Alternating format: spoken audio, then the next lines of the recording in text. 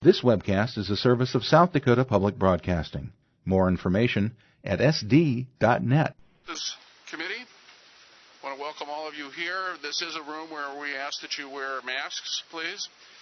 And those of you that are listening on the internet, I don't know whether you're wearing a mask, so we're not going to talk about that. If you want to testify today, make sure that you've signed in. And we also would ask that you've silenced your phones and your computers so that we don't have any interruptions. And if we have people that are wanting to testify online, that's wonderful. We'd ask you that you be on mute until it's your turn to testify. We do have some pages here that are here to help us today, and if you have handouts or anything for the committee, please ask a page to distribute those. And we'd like to get to know our pages a little better, so who wants to start? The others all look busy, and you're just waiting patiently to talk. So would you mind coming up, introducing yourself, and tell us a little bit about your future plans? My name is Paige Hoffman. I'm a senior at Sioux Falls Christian High School, and next year I'm going to go to Hillsdale College majoring in politics. You're majoring in politics? Yes. Okay, you got to learn how to talk out of both sides of your mouth. Okay. All right, do we have another page? Who's up next? My name is Ellen Boomgarden. I go to Lenox High School, and I want to go to SDSU. Welcome. Glad you're here. My name is Claire Grismer. I go to Aberdeen Central High School, and I plan on going to SDSU too. Great. Glad you're here. Good morning. My name is Madeline Ike, and I'm a senior at Old Ham Ramona High School. I have no future plans as of right now, but I'm open to suggestions. No future plans. I like it. You know, I'm still trying to figure out what I want to do when I grow up. So maybe not grow up is an alternative. So we are experiencing technical difficulties, I've been told. We're fixed? Okay. We're fixed in that they can hear us now, not the other way. Okay, good. All right. With that, Sharon, Madam Secretary, would you mind calling the roll, make sure we got a quorum? Senator Curd. He's not here. Duval. Here. Foster. Here. Rush. Absent. Smith. Here. Tobin. Here. Steinhauer. Here. Mr. Chair, we have a quorum. Outstanding. Thank you. Okay. We did have minutes from the last meeting. Senator Duval moves approval. Senator Tobin seconds. Seeing no discussion, all those in favor say aye. Aye. Opposed, nay. Minutes are approved. Okay, we have several bills up in front of us today. If you're going to be testifying, again, please make sure that you've signed in. We want to direct all testimony, questions, and things later through the chair. And so the first bill we have in front of us is House Bill 1110, which is to prohibit the performance of abortions due to Down syndrome and to provide a penalty therefor. Do we have a proponent here? Good morning, Mr. Miller.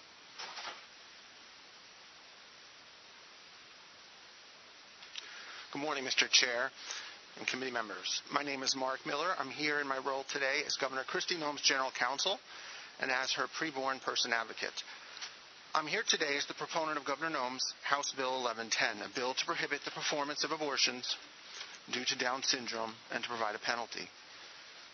Mr. Chair, this bill is about putting an end to discrimination against children with Down syndrome. Full stop. In a country that passed the Americans with Disabilities Act 30 years ago, one would think it would be no longer necessary to pass state laws prohibiting disability discrimination against those with Down syndrome. But one would be wrong, because here we are. We're here because there's one place in our country and in our world where we allow discrimination against those with Down syndrome with impunity. In the womb, prenatal testing is becoming increasingly common, and many of these tests provide parents and healthcare providers with information about an unborn baby's health and development. Currently, prenatal testing to diagnose potential genetic anomalies or disorders is commonly used. That kind of testing can be valuable to identify concerns regarding the health and life of the mother and child. However, in some cases, and despite documented error rates with this type of testing, some of these prenatal tests amount to a precursor to aborting a child with Down syndrome. For example, recent studies have indicated up to 90% of preborn children that are diagnosed with Down syndrome are aborted or screened with an indication for Down syndrome. This is unacceptable in a civilized society.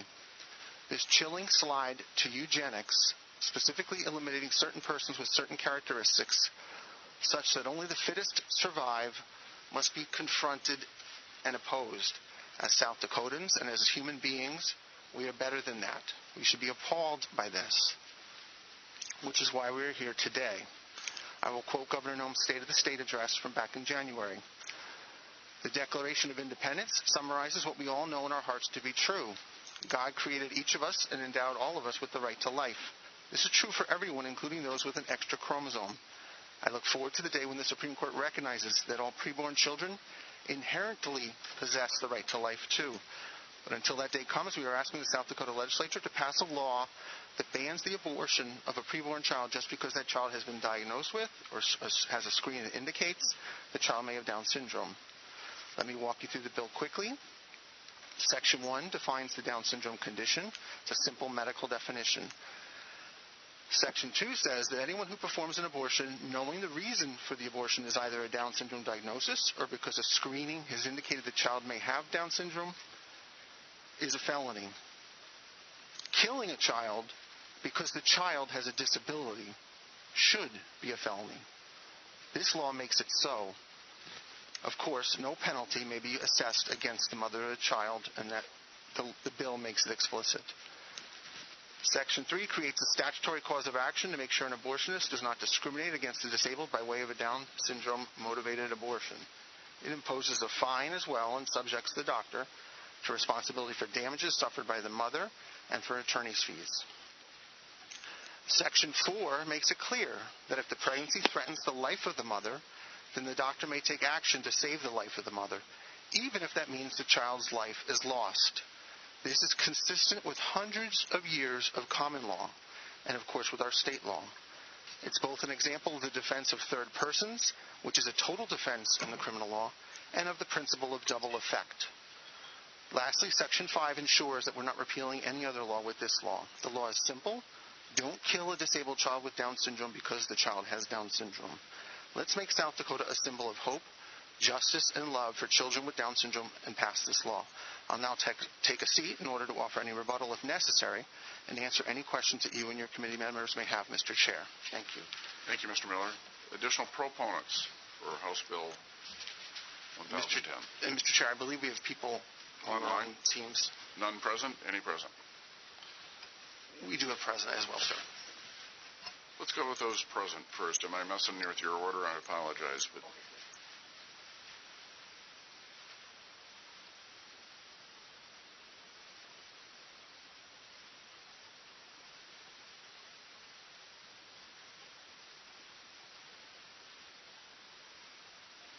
Mr. Chair and committee members, Dale Barcher, registered lobbyist with South Dakota Right to Life, and we rise in support of HB 1110. This bill supports South Dakota's long-standing tradition of upholding a culture of life, and we certainly do appreciate and applaud Mr. Miller and the governor's office for bringing to light a need that is not only personal with me, but also maybe with you or many South Dakotan family and friends. My first cousin, Randy, a Down syndrome child, brought joy to our family down through the years and will forever be cherished by many people whose lives will be touched. One parent with a Down syndrome child said thoughtfully, and I quote, "God gave me a child with Down syndrome to fulfill my special needs." We sincerely support HB 1110 and would ask for your consideration. thank you. Additional proponents? Good morning. Good morning, Mr. Chairman, members of the committee. Linda Schauer, Concerned Women for America Legislative Action Committee. Come to you in support of HB 1110.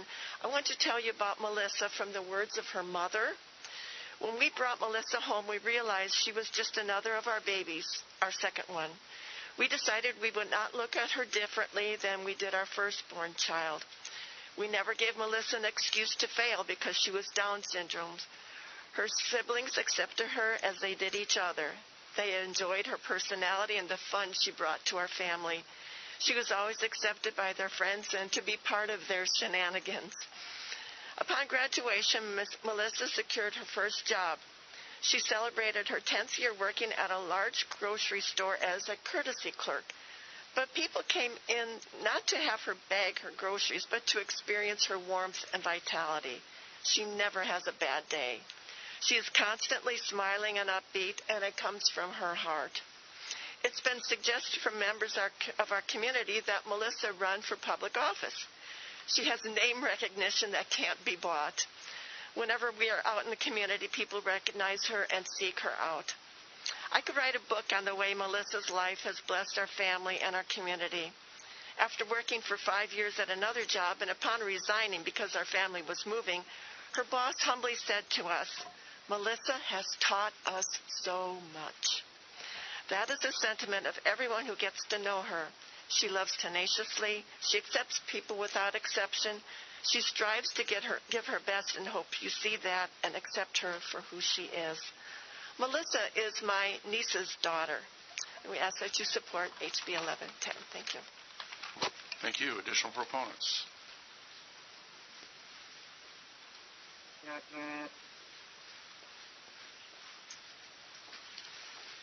Good morning, Mr. Chair and Committee. My name is Dr. Tamara Grove with South Dakota Family Policy Council. As a mother of a special needs child, I rise in support of HB 1110. Thank you. Thank you. Are there additional proponents? Mr. Ritter. Mr. Chair, Norman Woods, FHA Action. I just got a text from Dr. Ritter that he doesn't have audio yet. I'll check in again, see if that's still the case. But I want to step aside and allow for the online, one of whom is Miss Blaine, Tucker's mom. Tucker and I were in a 4-H club together. So I just want to step aside, let them tell their stories, and give a Me Too. Thanks. Thank you. Mr. Woods. Anyone else in the room that would like to testify? This is Dr. Ritter. Yes, if you can. I got audio on the phone. Dr. Ritter, can you hear me? Yes, I can. Yeah, would you hold?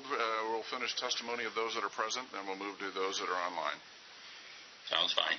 Thank you, Mr. Chair. Chris Motes, the Executive Director of the South Dakota Catholic Conference. Proud to rise in support of this bill. We believe that all life is sacred, from conception to natural death. It's our firm conviction that human dignity is not contingent upon one's genetic profile, upon one's health or illness. People with Down syndrome are people too. We believe that abortion is an egregious crime. It's particularly egregious to target somebody based upon a condition that they may have. Thank you for your consideration. Thank you. Anyone else in the room that would like to testify on House Bill 1010? Seeing none, we will now move to online testimony. Dr. Ritter, did you want to go? That's fine. Ready?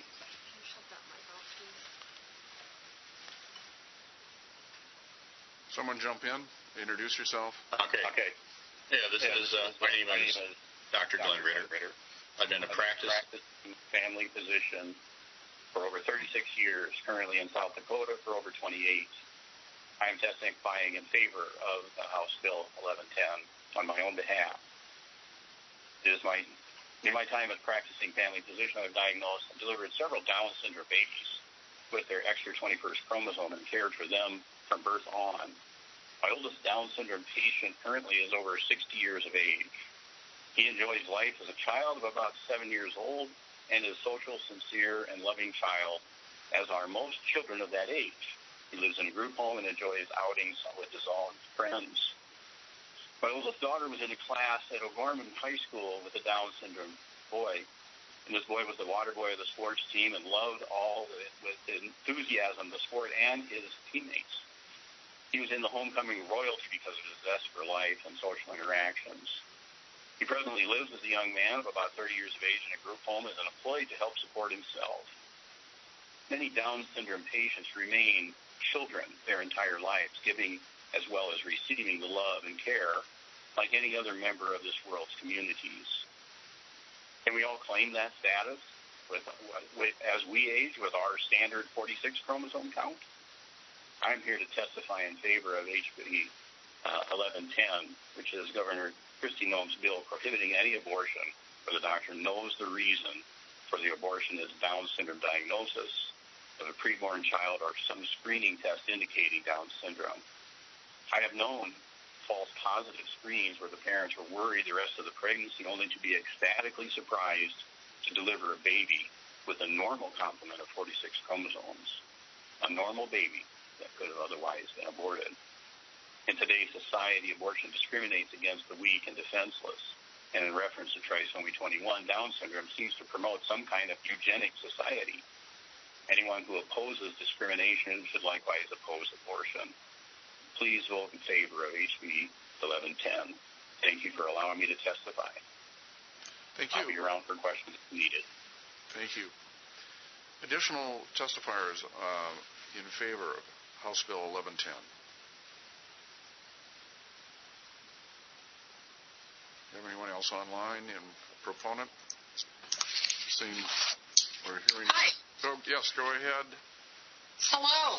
My name is Sue Liebel. I'm with the Susan B. Anthony list, one of our nation's largest pro-life organizations, and it's my pleasure to come before you today and let you know how much we support House Bill 1110. Children with disabilities lose their lives to abortion at staggering rates. It's such an irony that countries that have advanced economies and robust social services, people with Down syndrome are nevertheless on the verge of being eliminated, even as their life expectancies and their social opportunities grow. You may recall that we learned back in 2018 that the country of Iceland bragged that it had nearly eliminated the problem of Down syndrome, but really, what really happened was that its abortion rate for children diagnosed with Down syndrome in utero was almost 100%. They eliminated the problem, all right. They just killed them. Other European countries have similarly high rates, and in the United States, the rate is approximately 2/3. But polling in the United States conducted a year ago found that 70% of Americans oppose abortions based on the expectation that the child may have Down syndrome. And that's in that 70% or 56% of people who identify as pro-choice still think it's wrong. You see, too often the medical community presents abortion as the first option to parents when abnormality is suspected in preliminary screenings. Although they rarely use the abortion word, they call it termination. As we learn to better serve and treat all types of patients, however, we must never eliminate the patient. The medical community also tends to give outdated, worst-case scenarios of what parents can expect. But look no further than your own Facebook page to see scores of happy families who celebrate themselves or their family member with Down syndrome. In Charlotte Lozier Institute's landmark study, Improving Joyful Lives, Society's Response to Difference and Disability, Dr. Mark Bradford found that fully 99% of people with Down syndrome were happy with their lives. 99% of parents loved their child with Down syndrome, and 97% of siblings love their brothers and sisters with Down syndrome. It's a far cry from what the medical community tells parents at the hint of a prenatal diagnosis. There's a disconnect going on here, and it's not on the part of the families. Under the thumb of Roe versus Wade, states are catching on, like South Dakota, that you can legally assert a compelling interest to protect unborn humans from discrimination. Almost 20 states have now passed discrimination bans in some shape or form. You're in good company. And while there have been court cases and even your own 8th Circuit just dealt a blow, we know that the United States Supreme Court left the door open for further consideration on these bills. Legally, the push continues without hesitation. Morally, you're doing the right thing, too. In his concurring opinion in Box versus Planned Parenthood of Indiana and Kentucky, the bill that Katie Shaw and I worked on so closely, Justice Clarence Thomas announced a compelling interest in preventing abortion from becoming a tool of modern-day eugenics. Well, Justice Thomas is a little late to the game. This is happening right under our noses. And frankly, aborting babies with Down syndrome has been a social norm for quite some time. But it's wrong. And it's a slippery slope toward eliminating unwanted people, and it brings much regret and heartaches to families.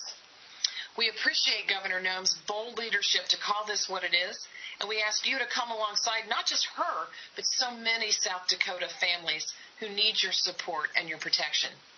Thank you. Thank you. Additional proponents on House Bill 1110. Hi, thank you.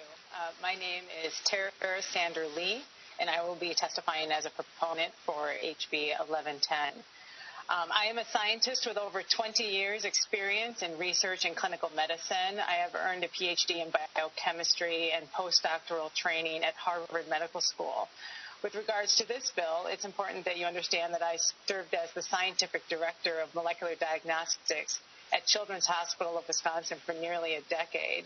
Therefore, I am testifying at the request of the Susan B. Anthony list as in my capacity as a scientist with keen knowledge on how diagnostic testing is performed and the limitations that inherently exist. So babies are being aborted at an alarming rate after receiving a positive prenatal trisomy 21 result. Studies from the UK, Australia, and the United States have reported abortion rates as high as 92 and 93% if diagnosed. Recent data show that there were 33% fewer babies with Down syndrome born in the United States than could have been because of abortion following a positive prenatal diagnosis. Iceland reported that it was on pace to virtually eliminate Down syndrome through abortion, and Denmark is on a similar path, unfortunately. A new advanced method of non-invasive prenatal screening uses cell-free fetal DNA found in the mother's circulation to screen for Down syndrome.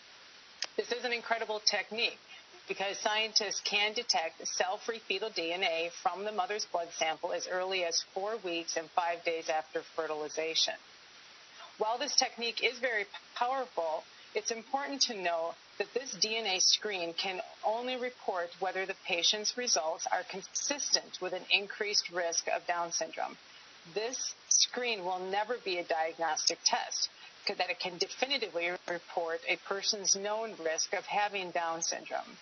There are inherent limitations with this test, and I can tell you from my own experience in directing a genetics diagnostic lab that a DNA test is never 100% accurate every time, no matter how hard the entire lab works to deliver an accurate results.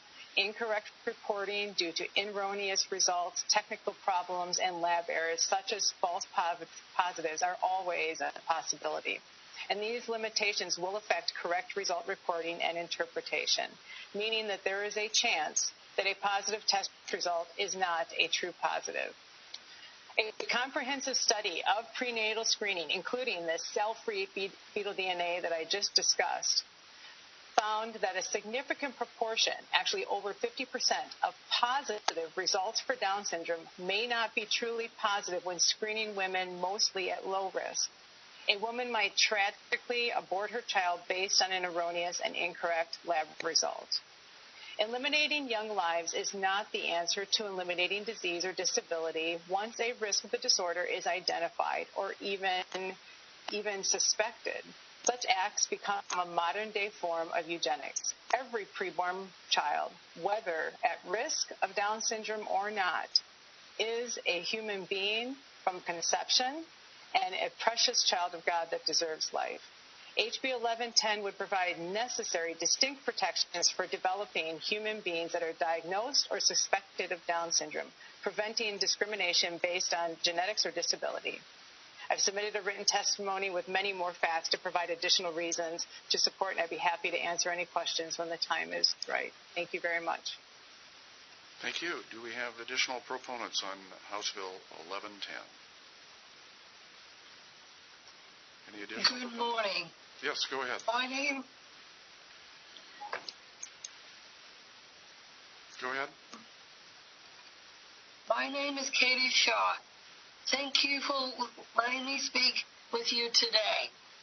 I hope you see why I think House Bill 1110 is so important. I'd like to share a little about my wonderful life. I am 35 years old and from Indianapolis, Indiana. My parents found out I had Down syndrome when Mom was pregnant. Thankfully, the doctors never mentioned abortion. They said I would and started planning what would help me have a wonderful life.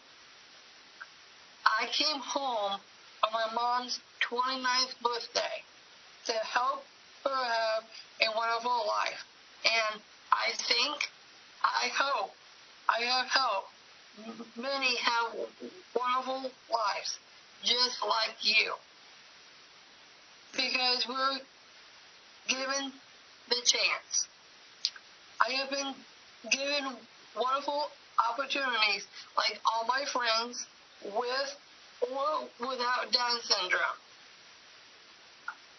I learned sign language, was a Girl Scout, played 5 sports, and managed the high school softball team. I learned piano and violin. I received First Holy Communion and was confirmed in my faith. I got a certificate of high school completion. I had taken mostly regular ed classes except math and economics. Math is not my forte. Then I got my high school equivalency diploma and then an early childhood associate certificate. After 5 years in childcare, I changed careers and have been in retail for over 10 years. I love helping the customers. I am on the board and volunteer at Down Syndrome, Indiana. I am a data into the computer, talk with school-age children about how people with disabilities have a lot more in common than different from them. And I have spoken with medical residents about caring for people with Down syndrome. I help care for my grandparents when they lived with us, cooking, giving insulin, and whatever they needed when my folks weren't home. We taught each other a lot about wonderful lives. I have a busy life, but it is a wonderful life, probably just like most of you. I share these things because I believe every life is a wonderful gift. But the older I get, the more I realize not everyone sees that. That is why I want to start helping unborn babies especially. Some women say that HB 1110 is burning them when they're just trying to get informed decisions about their health care. But given a chance, doctors can educate and help the mother see what a wonderful life her baby can have. That would help the mother's health and the baby's health. It's a wonderful life.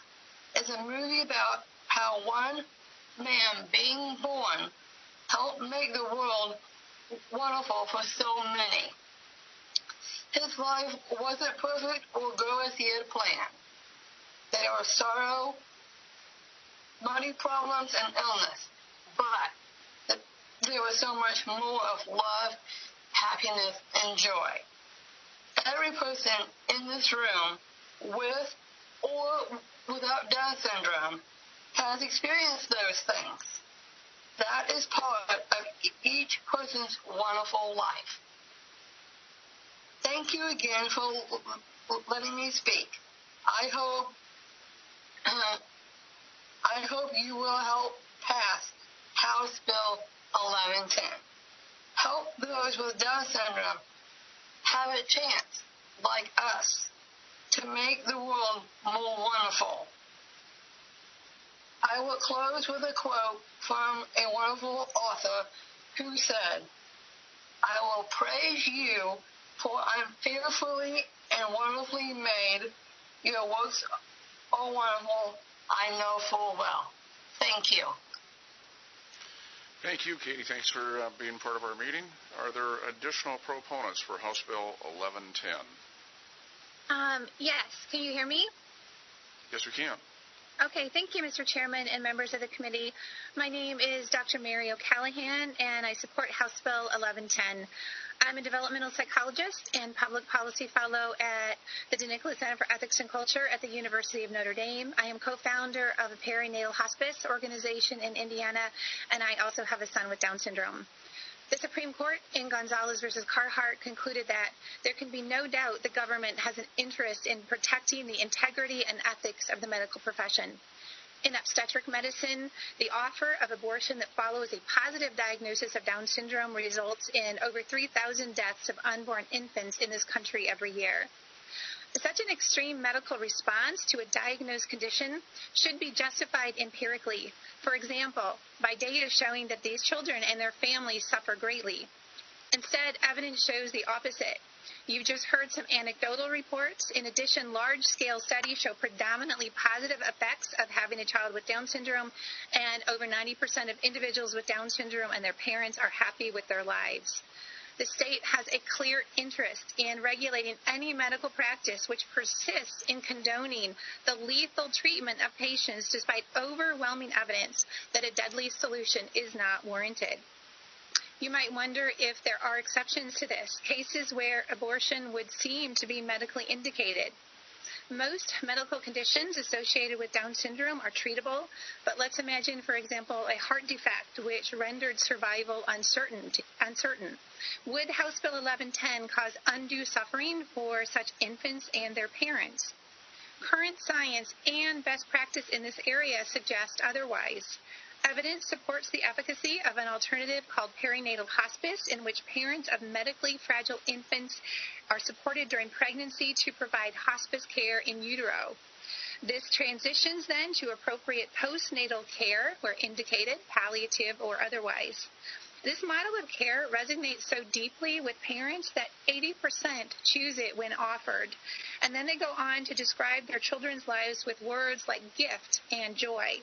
And they emerge with greater psychological health and well-being than parents who choose termination. So even in the most difficult situations you could imagine, medicine has something better than abortion to offer fragile children and their parents. In closing, I submit that House Bill 1110 will not only safeguard the lives of children with Down syndrome in South Dakota, but will also hold the medical profession in this state to the highest standards of evidence-based practice and compassionate care, which are so vital to any society. Thank you. Thank you. Do we have additional proponents online?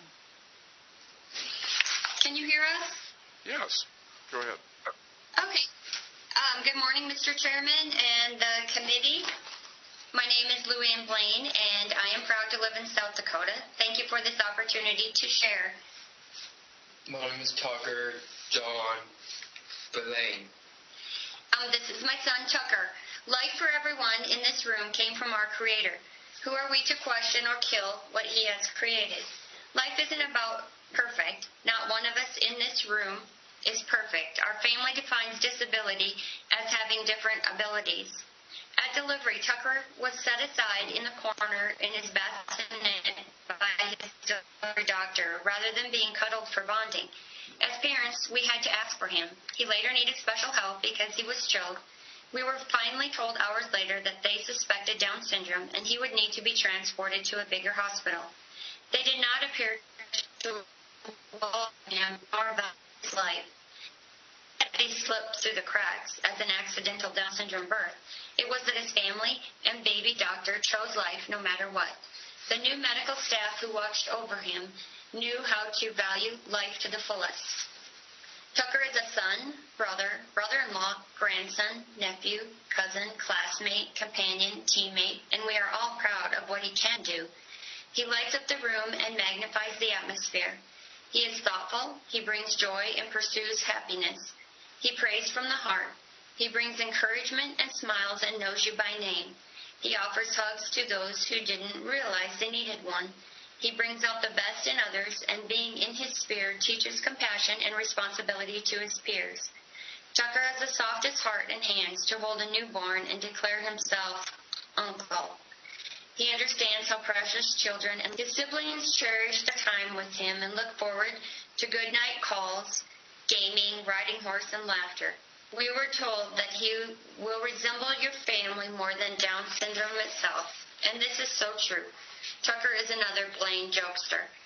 What about community? A small community held an annual event for 9 years called the Tucker Day Rodeo. 90 special needs athletes were allowed the opportunity to ride horse and to participate in other free activities with their families. A day of meaningful fun and learning. Tucker's personal highlight of the day was to make it to the food line so he could help greet and serve everyone. This event changed the lives of all those who helped produce it.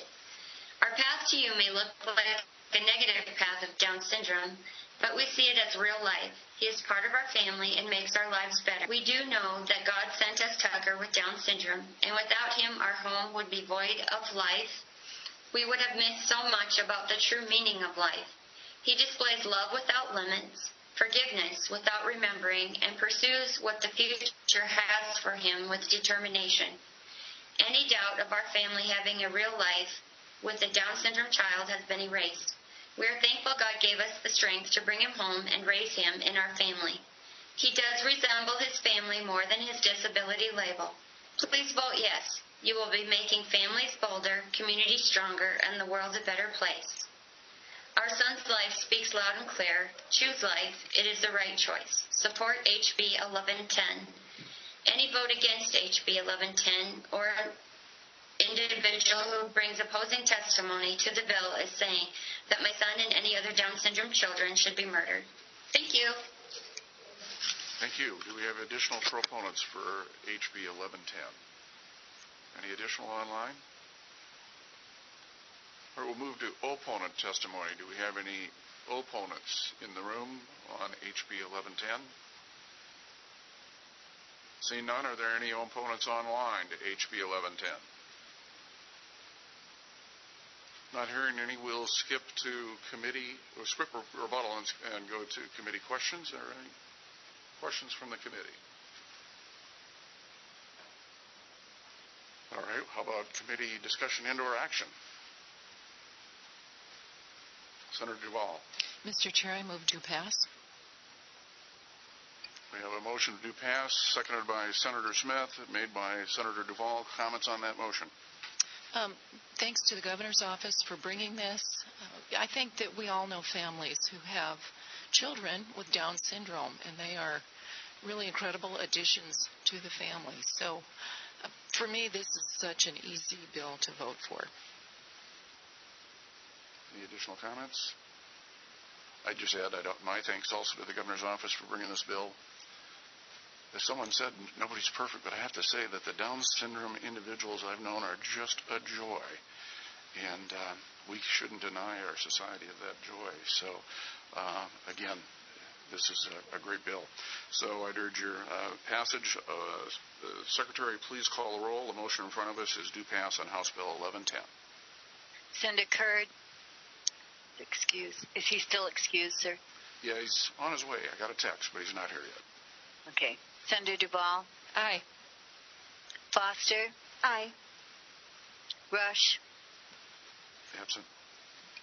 Smith? Aye. Tobin? Aye. Steinhauer? Aye. We have 5 yeas, 2 excused. House Bill 1110 is passed, and I will certify that it can go on to the consent calendar. Thank you all for being here and participating. The next bill in front of us is House Bill 1130, which is to establish requirements for the presentation of a written statement regarding the discontinuance of a drug-induced abortion. Proponents, good morning, Senator. Good morning. Mr. Chair and members of the committee, my name is Brock Greenfield. I am from District 2. My hometown is Clark, and I'm a state senator.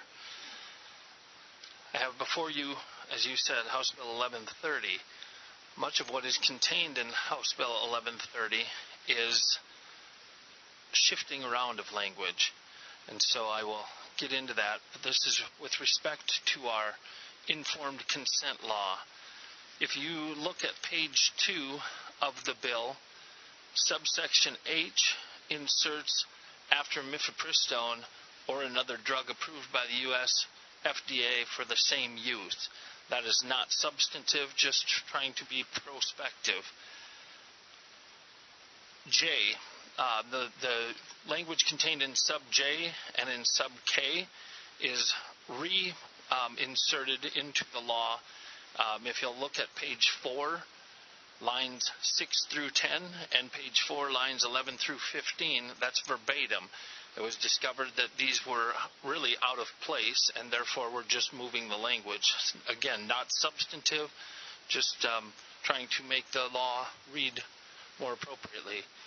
On page 3, lines 16 through 23, lines 8 through 16 are transposed from page 4, lines 16 through 23.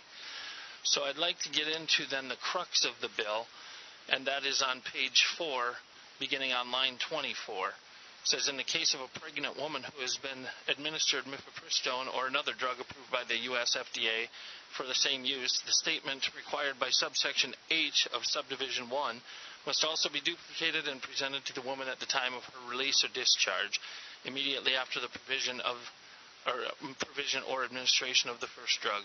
The statement must be accompanied by a notice that includes the following verbiage. If you want to give birth to your child, even after the abortion process has begun, seek the assistance of a physician immediately, and the phone number, website, and any other contact information provided to the department by physicians or other entities who, there's a misprint there, who have indicated, I believe, their ability and willingness to provide assistance 24 hours per day, 7 days a week, to a woman seeking to discontinue an abortion. And I would draw your attention back to the bottom line on page 4. I believe that or that could be stricken. Who or that have indicated. I don't know that that's proper. I would defer to others who will testify after me. In section 2 of the bill, we're striking the reference to the date that occurred back in 2005 when this bill was originally adopted.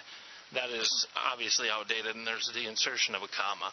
Again, non-substantive changes. Anecdotally, Mr. Chair and members of the committee, I used to be the state director of South Dakota Right to Life, and I've heard of situations that have arisen in which a person does begin the chemical abortion process, sometimes immediately thereafter, sometimes a day or two later, regrets having made that choice, and they don't know what their options are. We're trying to provide them with more information that if, in fact, you choose to discontinue and not take misoprostol as the second drug associated with the abortion, that you have about a 20% chance of delivering a live and healthy child. The mifepristone does not attack the child as such in its function, and therefore there would be no deformities or abnormalities. Again, it's just an element of the informed consent process. We feel it's necessary to include the most information available, and I think this is the best information available at this time, and I would ask for your support. Thank you, Mr. Chair and members of the committee. Thank you, Senator. Are there additional proponents for House Bill 1130?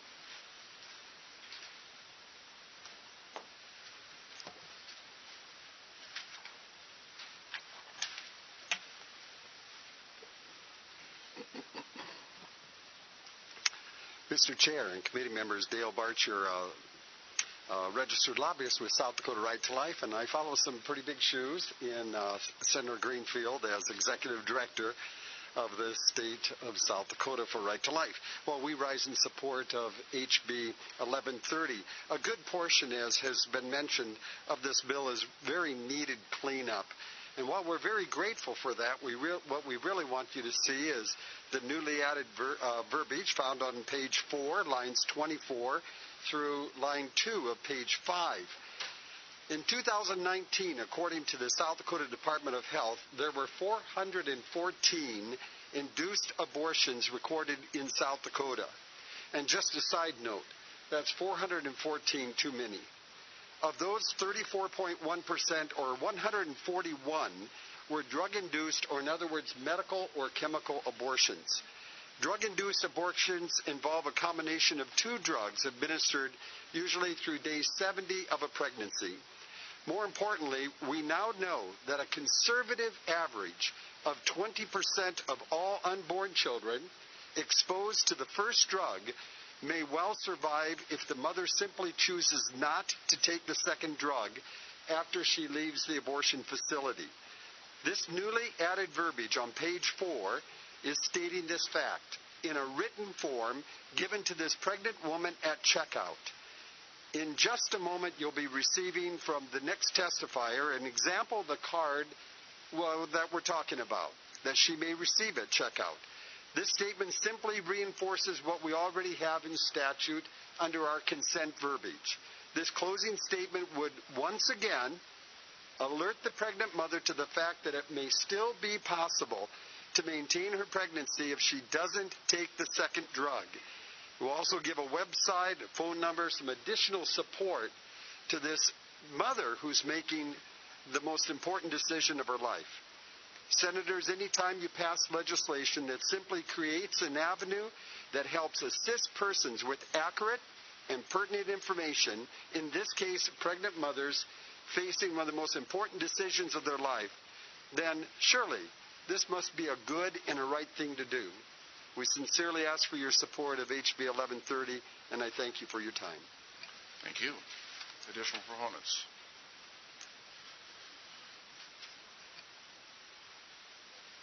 Mr. Chair, Norman Woods, FHA Action. The handout that you'll be receiving here in a second is just an example of what this piece of paper could look like that the mother will be given. As has been stated earlier, the first statement she's given in informed consent is basically, hey, if you start, it's possible to stop. So then when she's given this handout upon release, it's basically, if you start, it's possible to stop, and if you decide to, please call a doctor. And so then at the bottom, you'll see a phone number and a website there. Those are examples. That website and that phone number aren't set in statute. They could put in whatever's relevant. But this is just an example of the handout, what it could look like. Thank you. Thank you. Real quickly, Dr. Ritter, who will be at the end here, he's one of the doctors that the mother may be connected with, so that's kind of his cool tie to the issue. Thanks. Okay, we will move to the online testimony after we've completed those that are in the room. Mr. Chairman, members of the committee, Linda Schauer, Concerned Women for America, LAC. We support any effort to provide the pregnant mother, with information as she makes this life-altering decision. And I'm so grateful for this reversal procedure. And when a woman accepts this procedure and gives birth to her child, I believe and holds that baby, she's going to be grateful too. Thank you. Thank you. Are there additional proponents for House Bill 1130? Mr. Chair, members of the committee, Chris Smotes, Director of the South Dakota Catholic Conference. We too support this bill. We think it's good information that should be made available to mothers. Thank you. Thank you. Additional proponents?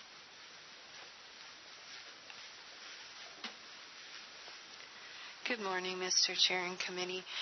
My name is Dr. Tamara Grove of South Dakota Family Policy Council, and we rise in support of HB 1130. Everything that we can do to inform mothers and save the lives of babies, we should do. Please support HB 1130. Thank you. Thank you. I just want to note that the chair scheduled these all together, and it's really saving a lot of people's time because they can be here all together. It just happened that way, but I'll take credit. Are there additional proponents? How about online? Dr. Ritter, I believe you wanted to testify again?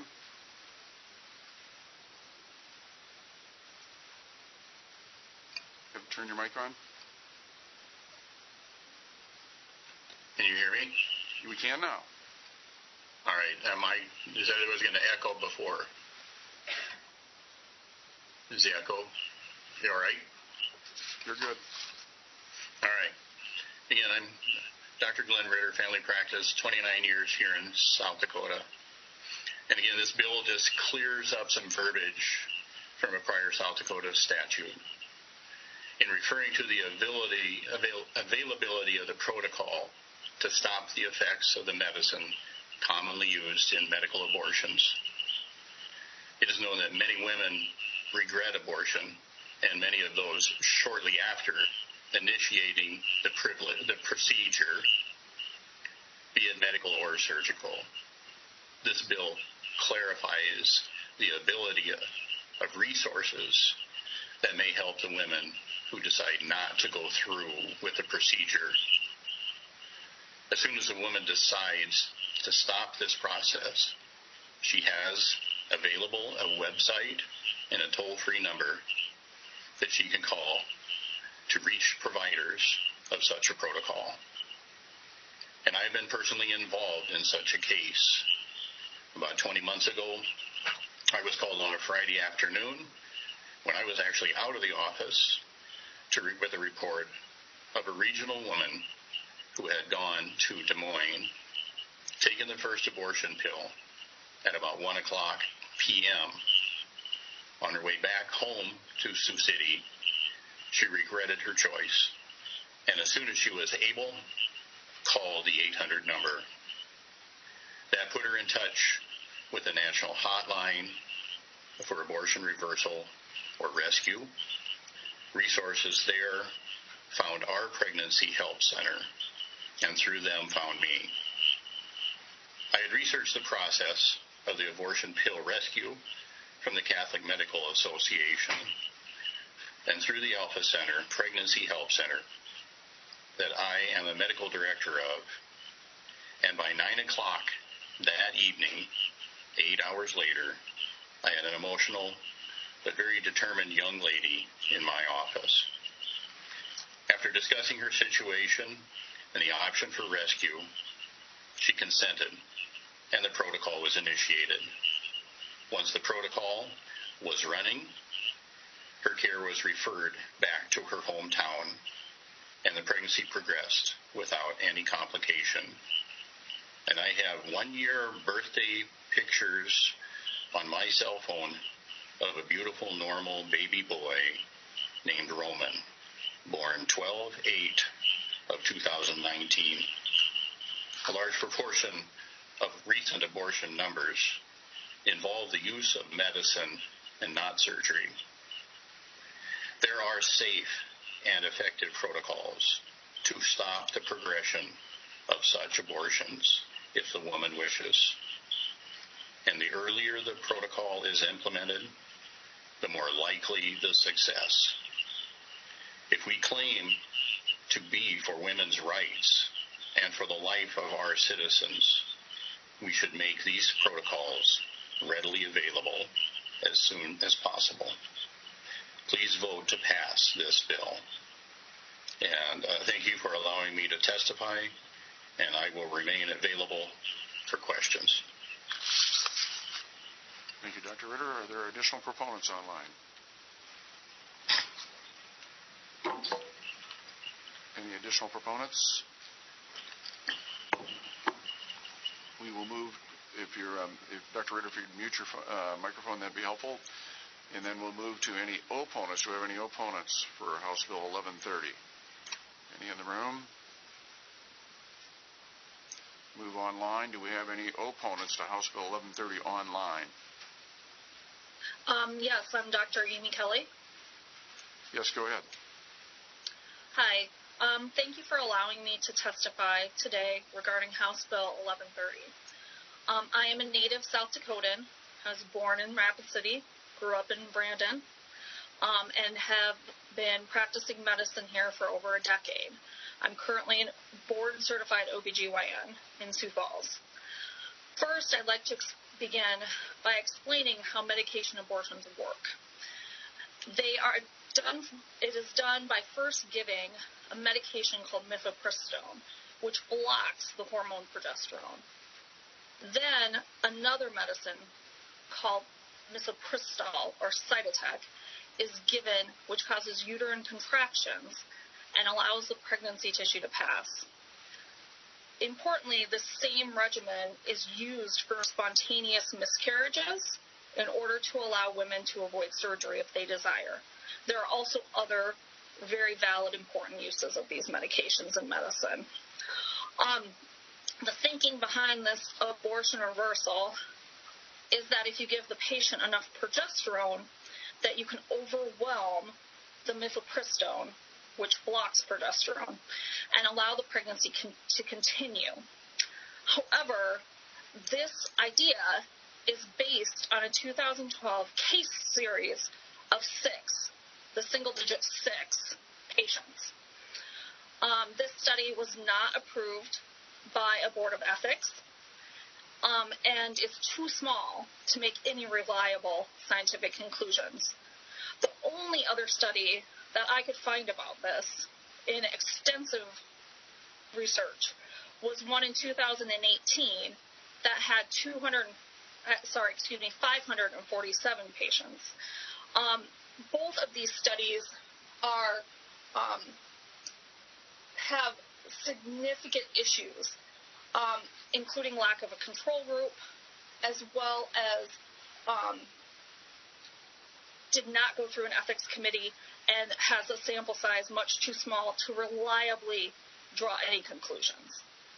As many of us in the medical community are aware, you certainly do not change your entire medical standard of care based on less than 600 patients. In 2019, there was another study that was actually approved by an ethics board called an IRB, which is an institutional review board. And this was approved and tried to see if this actually would work. However, this study was stopped early because a high number of the patients were taken to the hospital hemorrhaging, taken to the hospital in ambulances with hemorrhage. So basically, this study was stopped by the ethics committee because it was found that this regimen was potentially dangerous and possibly even life-threatening to women. So the bottom line here is that this information is not backed up by reliable or ethical studies and should not be included in a state-mandated consent form.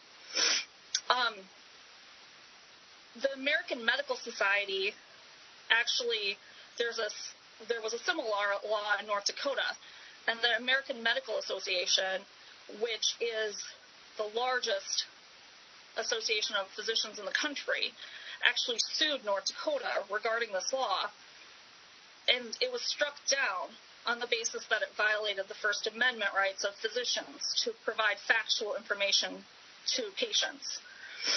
The law was similarly struck down in Arizona because they couldn't find a single credible medical source or a witness that supported it.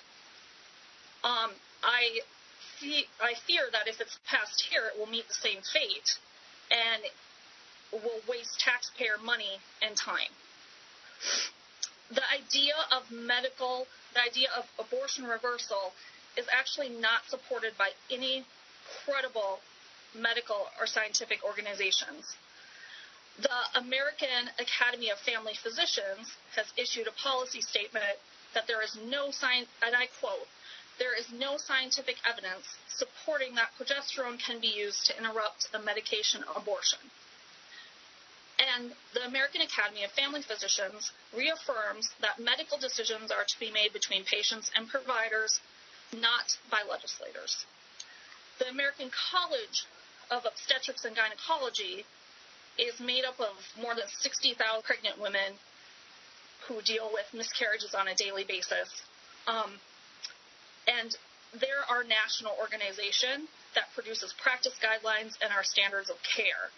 And this organization has also consistently not supported these kinds of this bill. Their statement states, "Facts are important, especially when discussing the health of women and the American public. Claims regarding abortion reversal treatment are not based on science and do not meet clinical standards. the American College of Obstetrics and Gynecology ranks its recommendations on the strength of evidence and does not support prescribing progesterone to stop a medical abortion. Unfounded legislative mandates represent dangerous political interference and compromise patient care and safety.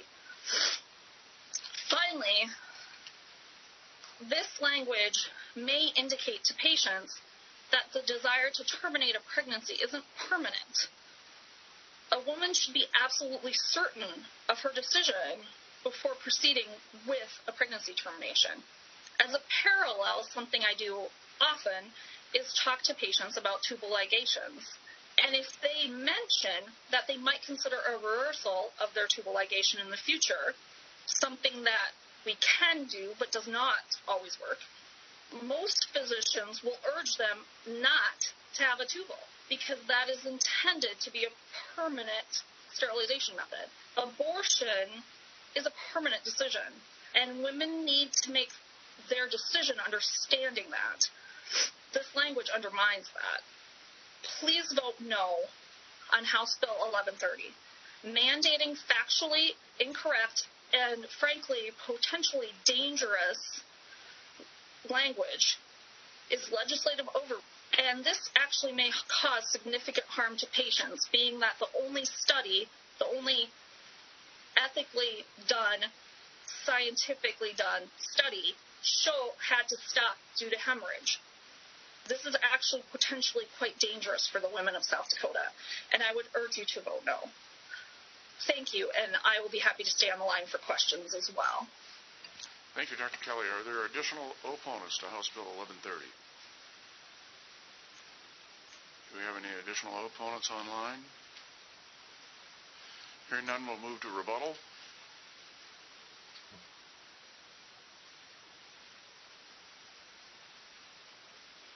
Mr. Chair, I just want to address one of the elements. Introduce yourself again, Senator, please. Thank you, Mr. Chair. I'm Brock Greenfield. I'm the senator from District 2.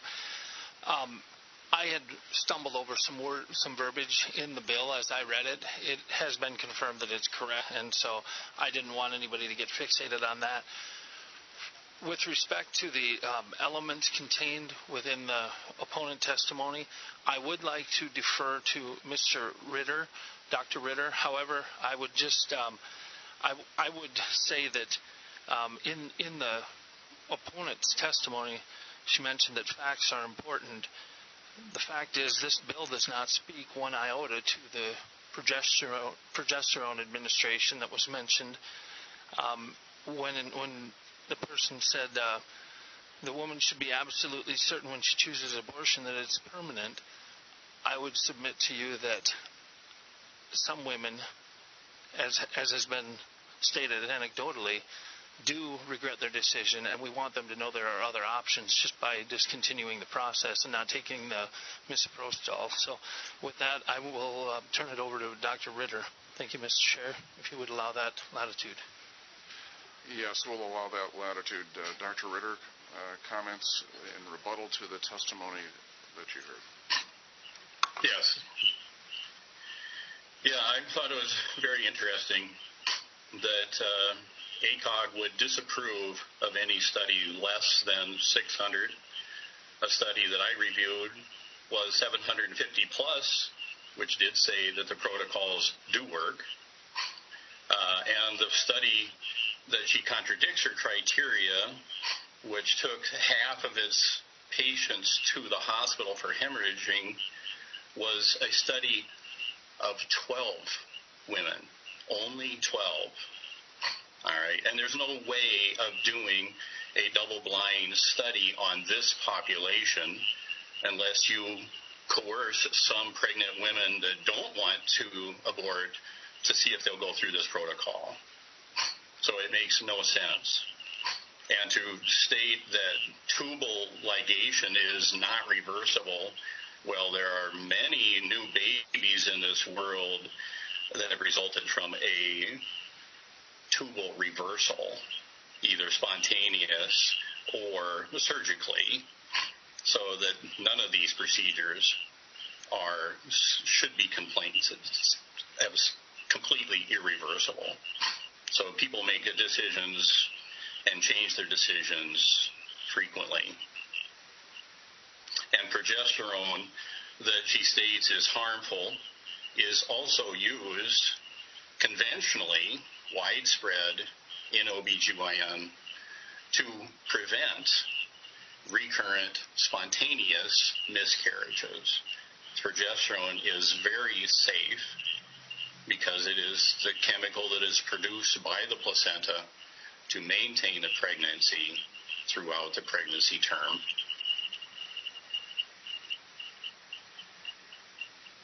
Thank you for allowing me to rebut.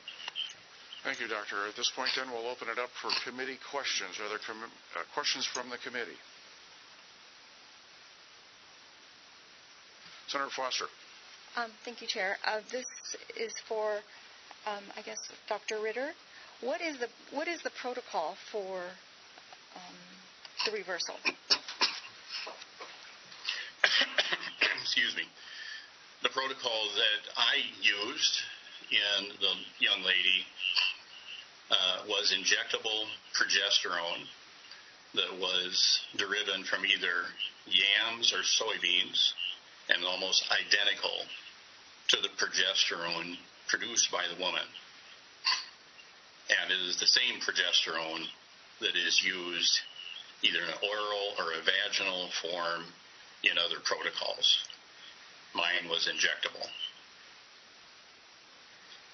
And the protocol uses progesterone at higher doses, but not higher than used in normal pregnancies, to, again, as the OBGYN purported, to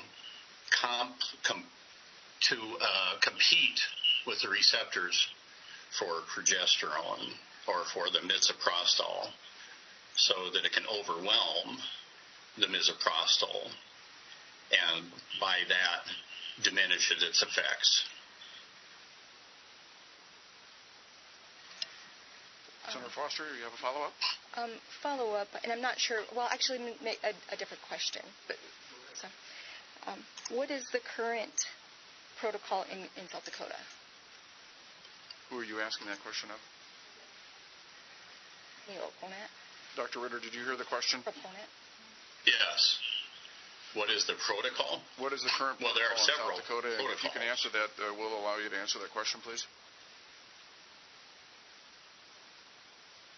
You want me to answer the question? Yes, please. There are several protocols.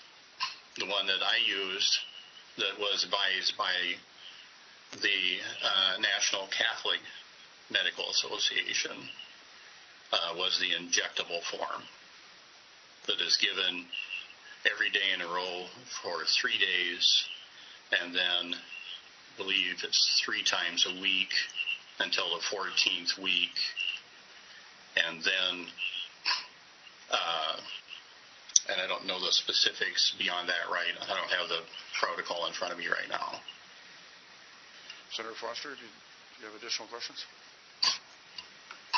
Thank you, Chair. I actually have a lot of questions, and so this is a new subject, so I'm not really sure. And I'm not sure who this would be directed towards either. It's just, do we have any data on how many women in South Dakota, I guess, regret this choice or process of abortion and then request reversal? The question is how many are maybe receiving a chemical abortion and whether reversal would be an option for them. Is that the question, Senator? I have here 414 have chemical-induced abortions, and I guess out of that 414, how many wanted to stop the process? Senator, we heard some of those numbers from Dale Barcher and Mr. Barcher. Would you like to try and answer that question? Mr. Chair. Thank you, Senator, for the question. So I mentioned in my testimony that there were 400 and, let me capture this. Abortions we had 414, and out of those 414, some 28% of them or 34.1% were chemical abortions. Okay, of those, 28%, that makes 28 of 414 chemical abortions. Those 28 could have discontinued their abortion with the possibility, of saving the baby's lives. We're not talking about, with this bill, I think we've gotten in the weeds because we're not talking about the reversal procedure. The title of the bill, in fact, even states the discontinuance of the abortion procedure, not taking the second medication after the pregnant mother leaves the facility. So to bring it back to the bill, we're talking about discontinuance of the abortion process, not going through what's known as the reversal or the injections, the reversal procedure. So, and we don't know, to answer that question, we don't know how many have done this. We do know of the one that Dr. Ritter is talking about that actually left the abortion facility, changed her mind, and because of that, there's a beautiful baby boy born and living today. So we do know of the one, and what we're saying is it's critical information to have brought to their attention right before they leave. Mr. Bircher, I think the answer to the question... Can I actually answer the Senator's question? Right now you're interrupting the chair. So, Ms. Bircher, what I understand, the answer to the question was that of the 400 and some abortions, 141 were drug-induced, and I think you'd said earlier there was maybe 20% of those that could potentially, if they chose, have it reversed, and that's how you got to the 20% of 141, is that? Yes. Okay. Thank you.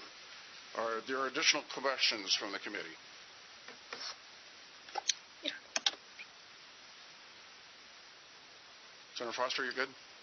Actually, I have one more question. Yes, go ahead. So there was a statistic that 20%, there's a 20% chance that nothing would be wrong, the baby would be born healthy without any problems from the first medication taken. Is there anyone who could speak to what problems could the baby be born with out of the, I guess, the 80%, with the 80% chance? Did you have someone you wanted to answer that question? I guess maybe Dr. Kelly. Dr. Kelly, would you like to respond to that question related to what percentage of those might be able to be reversed? Or stopped, I guess. Well, so we don't have any evidence that medical abortions can be reversed. However, there is good evidence that anywhere from 20 to 30% of people who take the first pill, the misoprostol, if they do not take the second pill, the Cytotec, 20 to 30% of them may continue to remain pregnant. And misoprostol is not known to cause birth defects. So that does mean that in 20 to 30% of cases, it's possible if the Cytotec is not taken, the person may remain pregnant. And, you know, I would say that's a well-known fact. I would encourage, if people do have regrets, that they actually contact their physician, which is where this should go. This should be between a physician and their patient. As for, you know, the idea that Dr. Ritter talked about with the tubal not being reversible, they of course are. We want to adhere to the question and answer. So, Senator Foster, did that answer your question? Okay. Are there additional questions from the committee? Seeing none, we'll move on to action. Is there committee action on House Bill 1130? Mr. Chair. Senator Tobin. I move do pass HB 1130. We've got a do pass motion from Senator Tobin. Is there a second to that motion? Mr. Chair. Senator Foster. I have an alternative. I would like to make a substitute motion. Substitute motion. State your motion.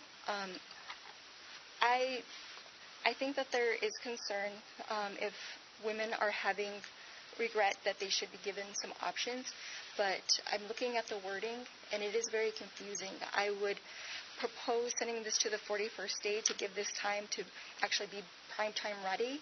So I do believe that this is potentially an issue that women should know all their options, but this wording is confusing, and so I propose going to the 41st day. So you have a substitute motion of 41st day. Is that it? Succinctly, is there a second to that motion?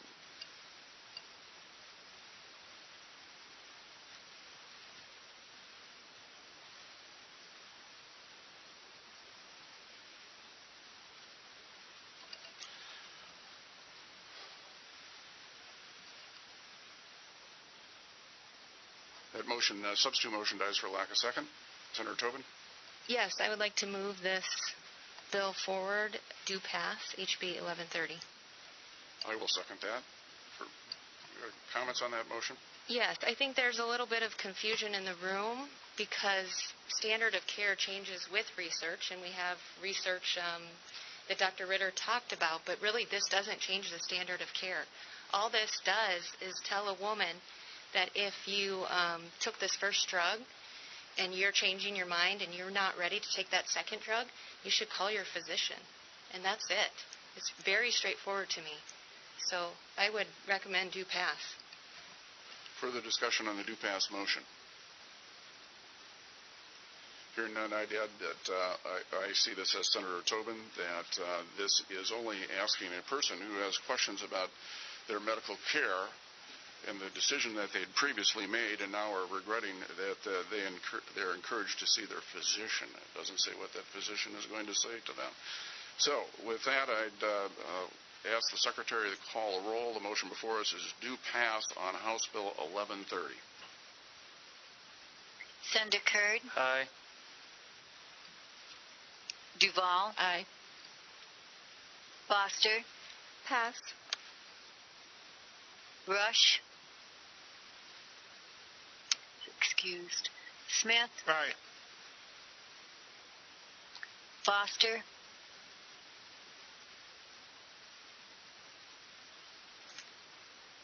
No. Tobin? Aye. Steinhauer? Aye. We have 5 ayes, 1 nay, and 1 excused. All right. House Bill 1263 will move to the floor with a do pass recommendation. Oh, excuse me. That was 1130. I got the wrong number. House Bill 1130. The next bill in front of us is House Bill 1248, which require reports regarding the intentional disposal, destruction, or other disposition of human embryos. Is a proponent here?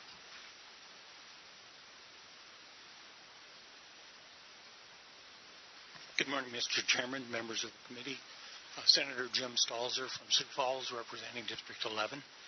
This is actually a pretty simple bill.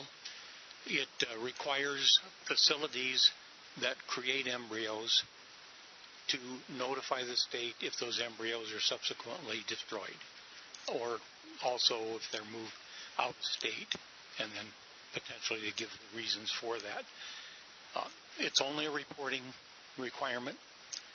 At this point, there is only one facility in the state who is performing this service.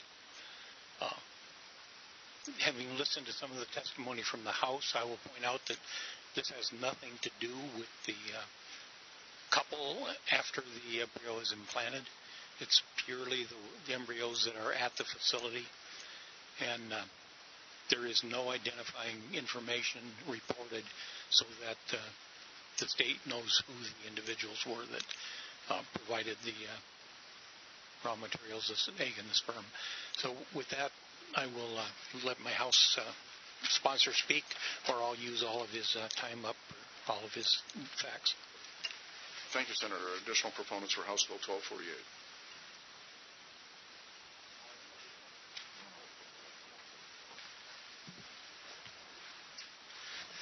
Good morning, Mr. Chairman, members of the committee. My name is John Hansen. I'm from Del Rapids. I represent District 25, and I'm honored to be before you today to discuss House Bill 1248. Here's sort of the bottom line of this bill. If a human life is intentionally destroyed in the state, then the state, at the very least, has an interest in knowing about it. And that's exactly what this bill is about. It's really all that this bill is all about. And I think there's been some confusion about this bill. I don't know if it's made its way across the rotunda, but honestly, it's saddened me a little bit. Some have said or thought that this bill is some sort of an attack on families who have used IVF or even the IVF industry generally, and I got to say, absolutely not. Nothing could be further from the truth.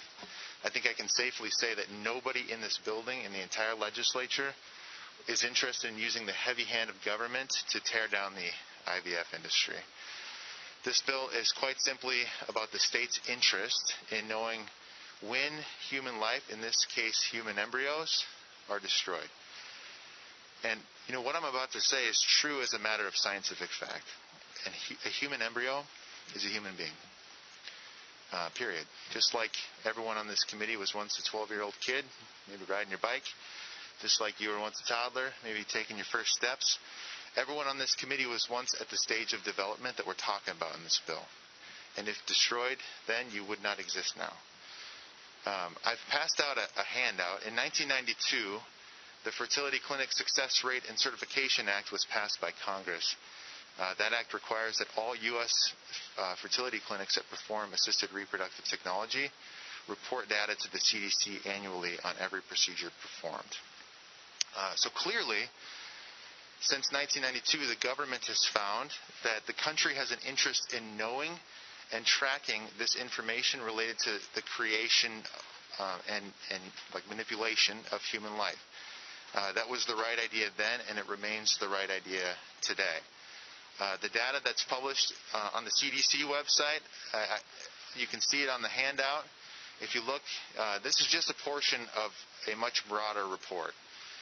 You can see it's fairly broad. It includes reporting on total number of pregnancies, deliveries, and infants born, the number of single embryo transfers locally versus the national average, all sorts of information that's required to be reported, from the number of retrievals to the number of transfers, even the reason for using assisted reproductive technology. I mean, it's broader than I would have ever imagined.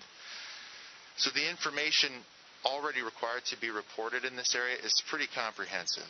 But there's one really important thing that's totally neglected in these reports, and that's probably the most important thing, which is the number of human embryos that are intentionally destroyed at a facility. And I want to be clear that this isn't some abstract or hypothetical concern.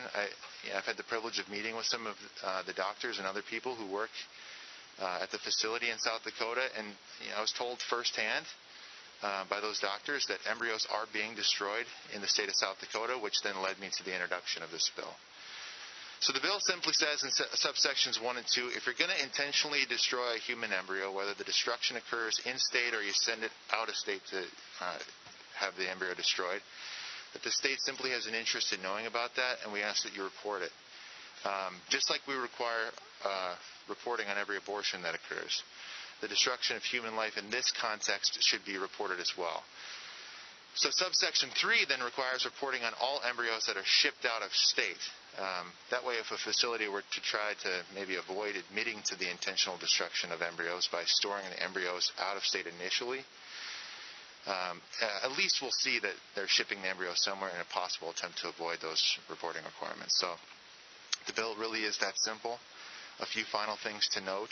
The information required to be reported is totally anonymous. Like the CDC reports or our abortion reports, no identifying information is ever made public. There's no interference with the doctor-patient relationship whatsoever in this bill. In fact, this bill doesn't prohibit any activity whatsoever.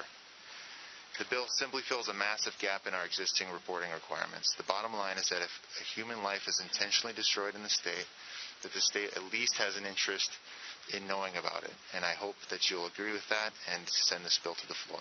Thank you. Thank you, Representative. Are there additional proponents for House Bill 1248? Good morning again, Mr. Miller. Good morning, Mr. Chair and committee members. My name is Mark Miller. I'm here as the Governor's General Counsel and as her preborn person advocate. And I would just like to express that the Governor's office supports this bill. Thank you, sir. Thank you. Additional proponents?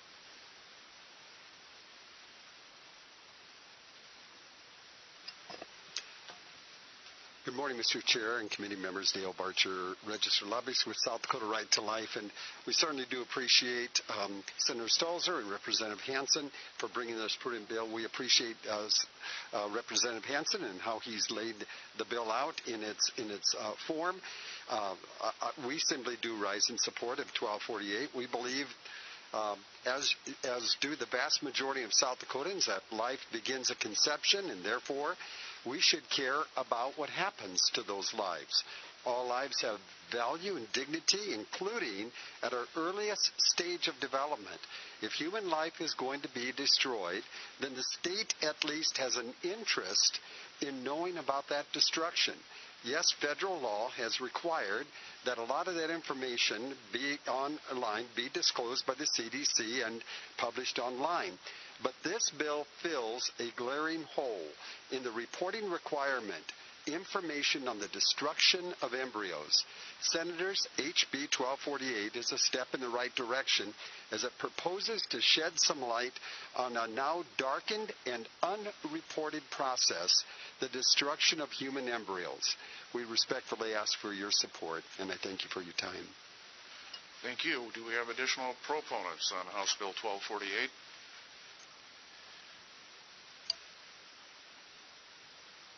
Morning again, Mr. Chairman, members of the committee. Linda Schauer, Concerned Women for America, LAC. We come in support of 1248. Thank you. Thank you.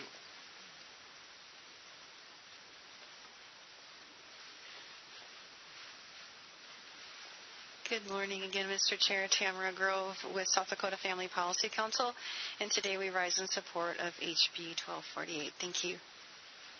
Thank you. Mr. Woods, you're up. Yep, Norman Woods, FHA Action. Just want to give a me too. Thank you. Mr. Chair, members of the committee, Chris Smote, South Dakota Catholic Conference. I'm going to try not to repeat, but just to emphasize kind of 3 points that I think are worth repeating. The first is that a human embryo is a human being. A human being is a human person, body and soul, from the moment of conception. Second point is the state does have an interest in human life. I think this is pretty clear to you as legislators who deal with this every day. The state has an interest in unborn life in utero that's been expressed in 34-23A. The state also has an interest in embryonic human life that's been expressed in 34-14. It's already there. And just one kind of point of clarification for an objection I've heard is well, why does the state have an interest in human embryos? We don't ask that all miscarriages are reported. There's a very important distinction, and it's in the bill, that we're talking about intentional destruction. We're not talking about nature taking its course in God's timing. We're talking about intentional destruction, an affirmative act by a human being. And third and final point, just to emphasize that this is a reporting-only bill. This is simply about information. Thank you. Thank you. Additional proponents? Do we have any proponents online?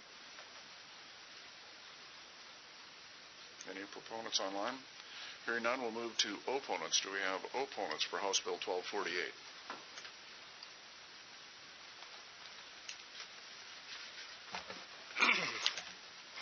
Austin Gross, District 24. Just going through here. While testifying in the House Health and Human Services Committee, the House Floor Rep Hansen was asked the purpose or intent of this additional report. His response was that there is no purpose or intent for the data at this time.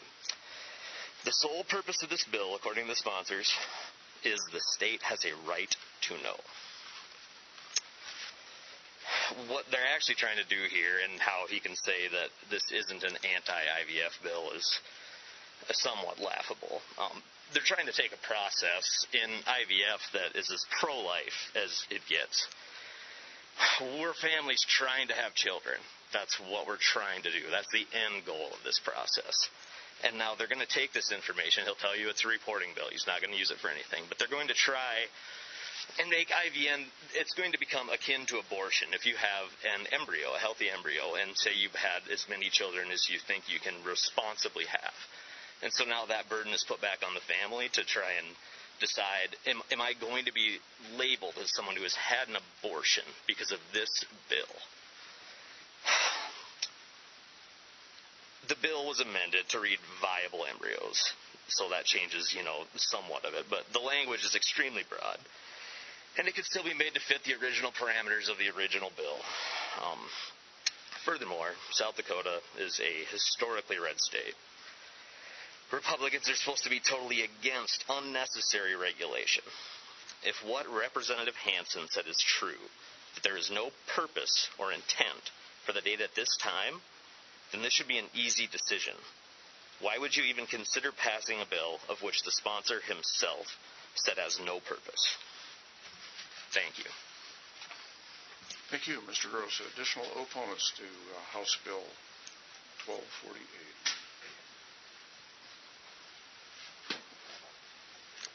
May I remove my mask to testify?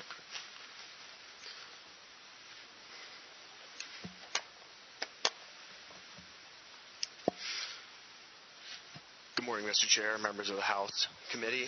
I'm Mitchell Rave, representing Stanford Health. House Bill 1248 would seem simple enough on its surface, right? The proponents will tell us it's just a simple reporting bill. Perhaps on the surface, it is a reporting bill. If that were true, though, we would have to ask ourselves, to what end? What purpose would be served by having government institute yet another mandate? The proponents have said in previous testimony that there is no intent or purpose to collecting this information. Rather, they just want the state to have the data. They just want the state to have this data. In a state that espouses limited government, that line of reasoning doesn't seem to hold water. The proponents also fail to identify who will pay for this cost and that they don't believe it would be very expensive. It's tough to estimate exactly what the cost would be because after decades of using reproductive technology, no other state has imposed similar requirements on the healthcare systems assisting in these procedures or those who are attempting to start a family of their own. There's already substantial data that is submitted to the CDC that is used for a productive manner for scientific and medical purposes.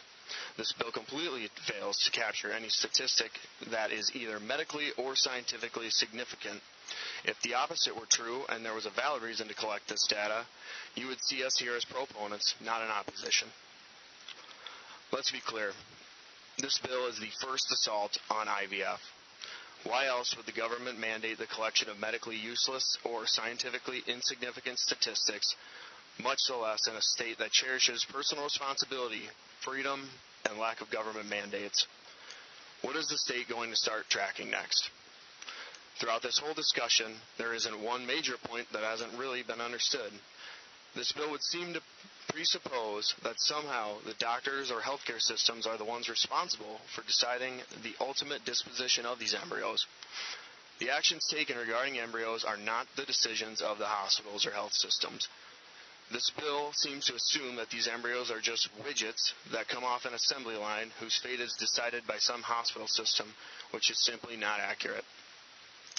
In reality, it is the parents of these embryos that must take the heart-wrenching, difficult, and painful decisions about what happens with these embryos, if there would even be any viable embryos after attempts at implantation.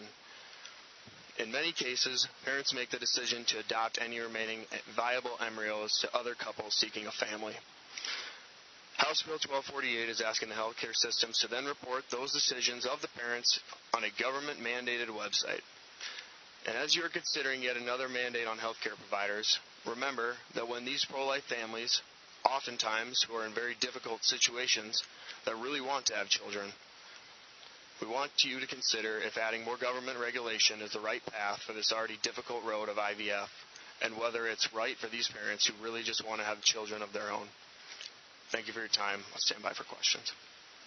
Thank you. Additional opponents? Good morning.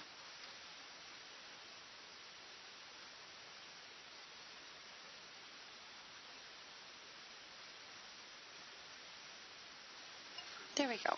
Good morning, Mr. Chairman and committee members. My name is Mariah Gross. You heard from my husband already, Austin. constituent from District 24, here to testify in opposition of this bill. As a Catholic mother of one 3-year-old in vitro child, Augustus, whom we call Gus, I'd like to share more about my infertility journey. I moved to South Dakota from Kansas to teach music. I am a pro-life elementary educator at St. Joseph's School here in Pierre and a youth orchestra director. My husband Austin and I live and work on our 5th-generation family farm in Sully County. We tried to conceive on our own, and after some years of struggling, decided we need medical assistance in addition to our prayers. We did not make this decision lightly. We were blessed with a handsome IVF son in 2017 because of the loving attention, care, and medical talents of the doctors, nurses, and staff at Sanford Reproductive Clinic in Sioux Falls. The Lord took away 3 embryos, 2 girls and 1 boy. We were fortunate to transfer 2 healthy female embryos in 2020, and they both did not attach to my uterus. It was devastating, but I trusted God's plan. We transferred another healthy male embryo this past fall, and he did not attach to my uterus. And again, I trusted God's plan. I wept each time the procedures did not end in a successful pregnancy and continued to mourn our losses. We had names chosen for all of those embryos and believe they are the angels that watch over our son, Gus. I will not give up. As IVF parents, my husband and I are determined to not only continue to try to give our son a sibling naturally, but to also schedule another egg retrieval, which will hopefully result in more embryos to transfer in the future. Please know that your prayers as well as your vote truly make a difference in our lives regarding this extremely private matter. We have been through enough and would rather spend our time with the precious gift of our son rather than arguing against this bill.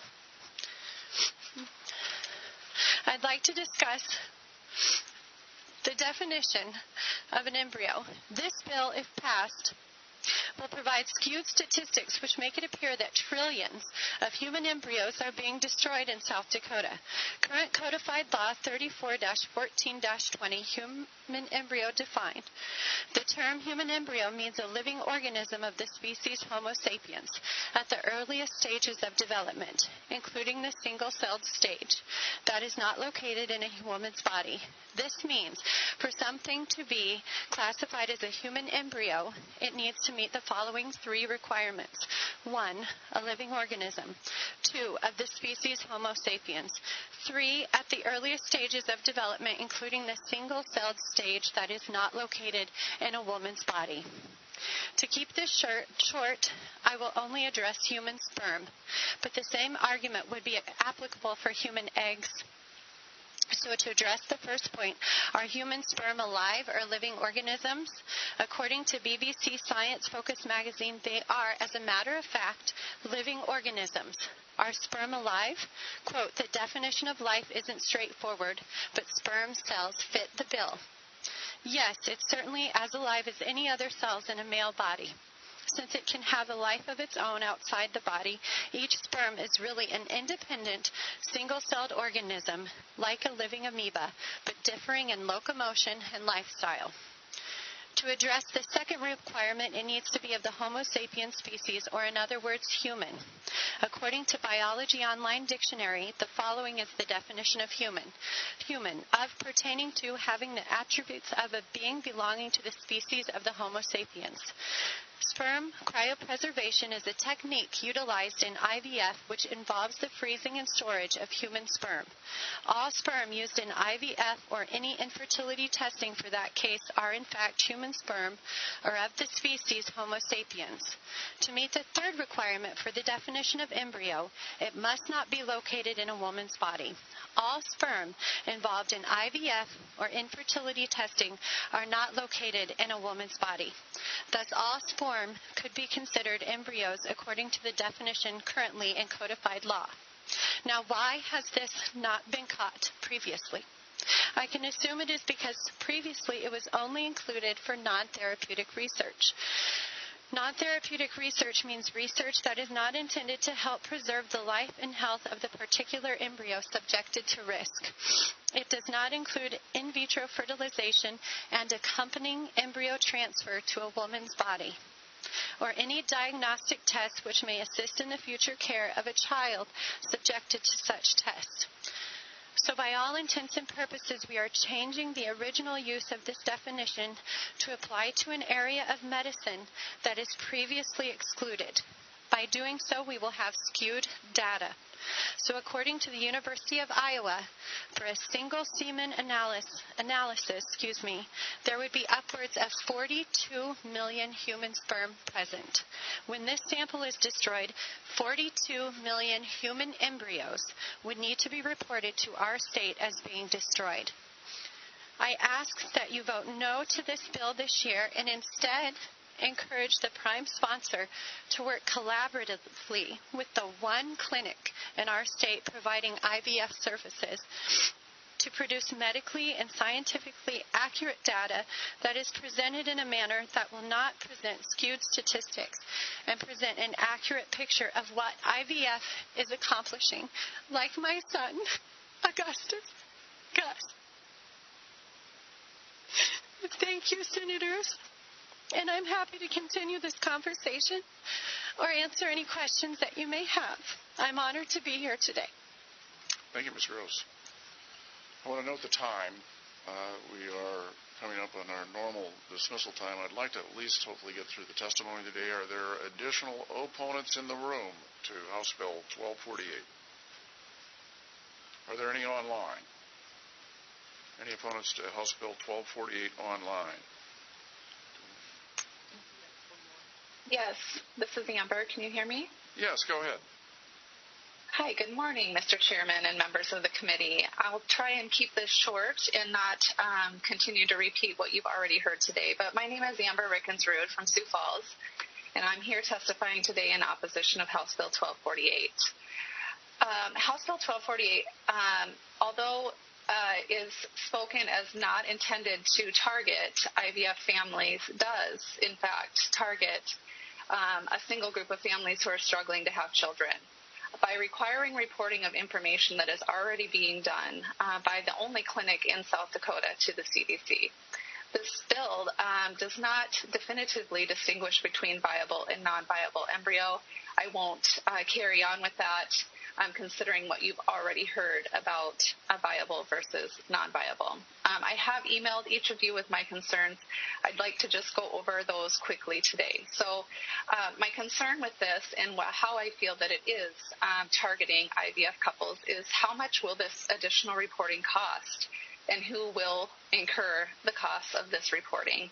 Sanford Reproductive Clinic is the only clinic in South Dakota and would be responsible for providing this additional reporting to the state, which we can all assume will create additional administrative costs, in turn being billed back to the patients. These patients, typically undergoing IVF treatments, are not covered by insurance and are already spending, on average, $20,000 per IVF cycle. These additional costs add another financial burden to these families who are already struggling to grow their family. When this bill was heard with testimony in the House, Human and Health Services Representative Hansen was asked the question of how much this would cost and who would pay, but was unable to answer the question. There are no facts or data to support his response that this won't cost very much, nor was there an answer as to who would incur them. He was again asked in the House of Representatives, but again had no data supporting the cost of this reporting. Representative Hansen is assuming that because this information is being reported to the CDC, there wouldn't be additional work or cost to Sanford to produce this information to the state. Additionally, when asked in the House of Representatives, Representative Hansen did say that he spoke with people from Sanford Reproductive. However, he could not recall the names of whom he spoke with. I find it odd considering Mitchell Rave, who you heard from today, testifying in opposition, also testified in opposition to this bill during the House Health and Human Services hearing on February 16th.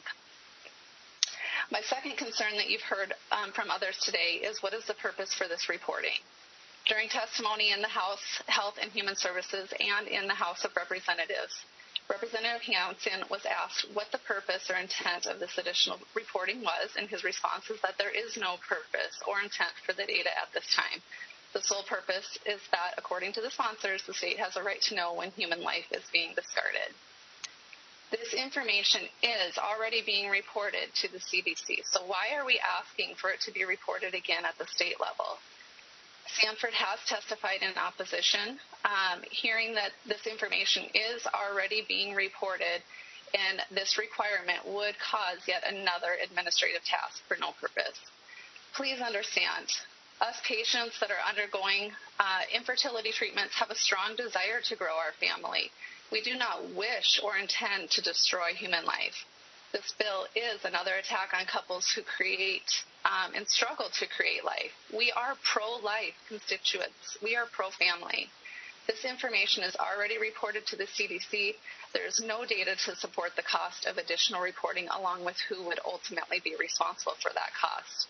Infertility is sensitive. It's personal, and this bill, which has no purpose, would cause additional financial burden to already struggling families who only desire to grow their family.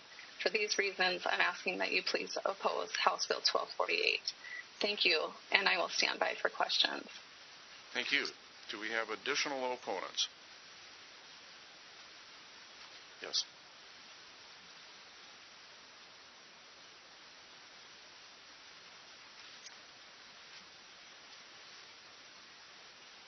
Hi, my name is Vanessa Shepard, and I'm a constituent of District 24, and I'm here to testify in opposition of this bill. I'm a Christian mother and wife who, until now, has kept my infertility journey a private matter. I got pregnant at the age of 17, and when I started to show, I received unsolicited comments from strangers at my job that I went to every day after school, with most of them being along the lines of, "You look pretty young, don't you know you can get that taken care of?" But I also had remarks from other strangers saying, "I'm Christian, so I'm glad that you chose life, but you need to look into adoption because you're too young and you're not married." So 8 years later, with my amazing daughter, having complete strangers trying to have a say in my sexual reproduction is not new to me. Considering my age when I had my daughter, I never thought infertility would be an issue for me. But over the past 4 years, my husband and I have prayed and pleaded to be blessed with a healthy baby. After trying to conceive for 1.5 years with no luck, we were referred to Sanford Fertility and Reproductive Medicine in Sioux Falls. We went through a series of tests, none of which were covered by insurance, and were hit with the devastating news that even though I was young, healthy, and of prime childbearing age, my body had minimal to no chance of being able to conceive with my husband on our own, and we ultimately decided to accept help in growing our family. We had our first IVF retrieval, resulting in only 3 viable embryos. Unfortunately, we were informed the first 2 did not implant, even though they were grade A embryos, and all other factors with my body were textbook perfect for the transfer. We decided to try our remaining one when it was safe to do so, and it was successful. We got to hear a sweet baby's heartbeat at just over 5 weeks gestation, and we were overjoyed. Excuse me. However, a month later, we had the rug pulled out from under us when there was no longer a heartbeat. Eventually, I underwent a second surgery to try and increase our chances of conceiving, and then went for another retrieval. I got the call that we only had 1 viable embryo this time, and the transfer was unsuccessful. We cried after each and every failed transfer, after burying our little one who we went through so much to conceive, and all the times in between, because it is hard, emotionally, physically, and financially. Those who endure the IVF route do not make the decision lightly or recklessly.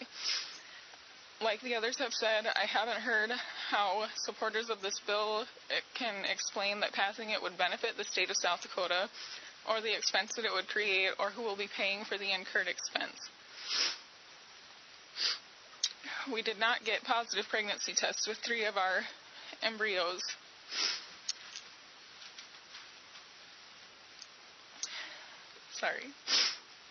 Infertility is a medical diagnosis, and we should not be made to look like heartless individuals for trying to achieve growing our family.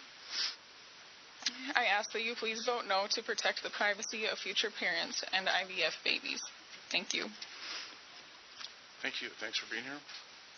Additional opponents.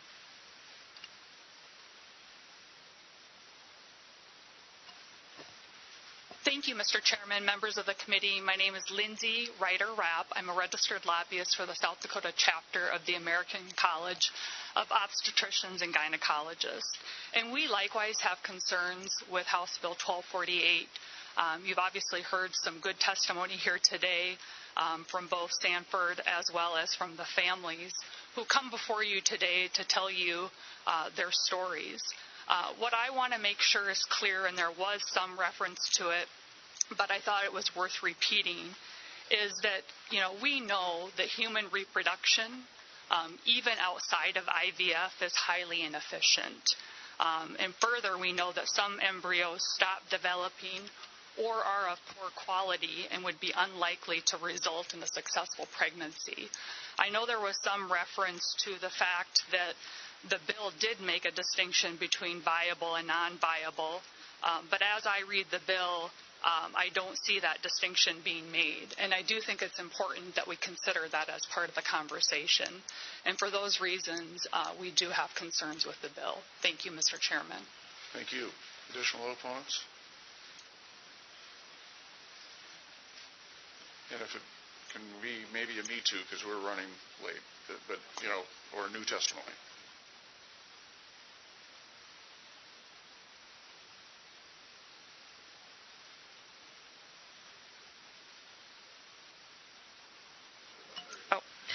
I'm Rebecca Becker, constituent from District 24, and I'm here to testify in opposition of the bill.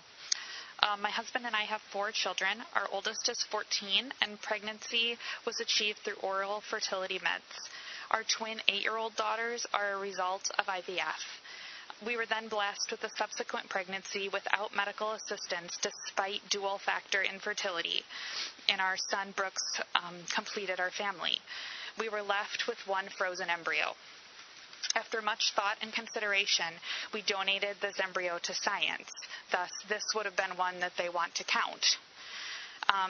We considered embryo adoption, and this process was extremely arduous and challenging, and we ultimately decided that donating to science was the best for us.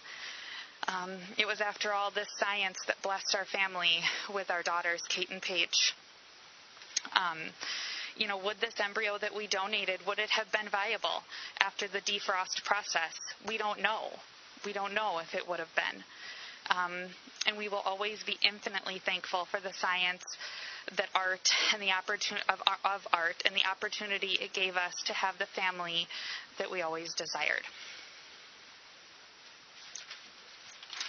Thank you. Any additional opponents? House Bill 1248. All right, committee, I don't foresee us maybe, unless we want to be real generous with our noon hour, I was thinking that we'd go to rebuttal and then continue after session. So at this point, Representative Hansen, are you doing the rebuttal? Please.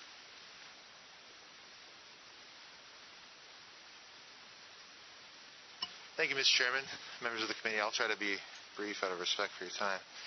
I just can't reiterate enough that, this bill is about the words that appear in the bill itself. This is about the reporting of the destruction of human embryos. This is in no way some sort of attack on beautiful children that are created through the IVF process or their families.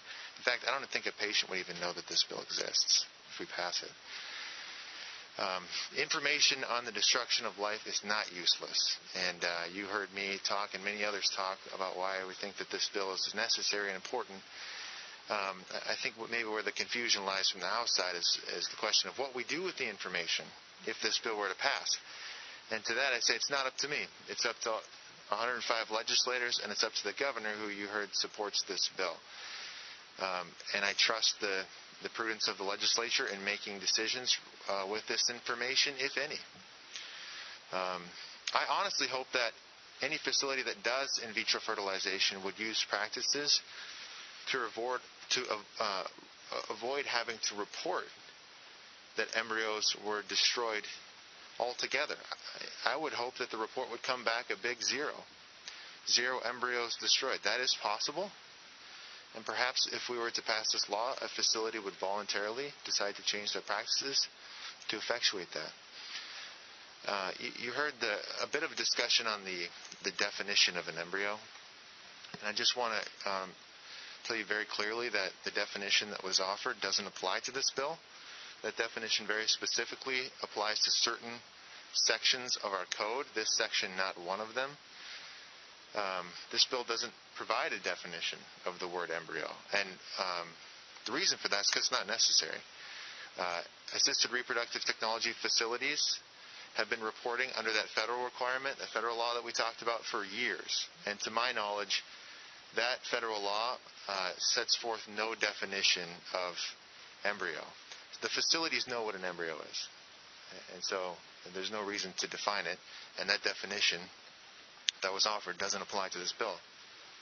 Also, I want to tell you that the bill was amended on the House side to allow for facilities to report voluntarily additional information regarding the reason for the destruction of the embryos, so that these numbers are not skewed any higher than they might be concerned that they would be.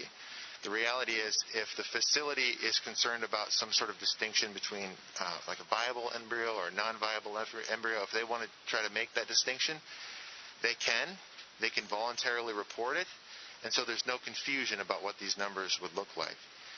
I'll briefly address the costs concern. You can see by looking at the bill that the department would promulgate a form. The form would require you to report essentially 3 numbers. So you'd write 3 numbers on a form, you'd fill it out, you send it in. Very little time, very little cost. Just like reporting our abortion statistics, those reporting requirements are in no way an attack on anybody who undergoes an abortion. In no way whatsoever. But the state should know about it. And in this case, the state should know about it too. So for those reasons, I would encourage your support. Thank you. Thank you.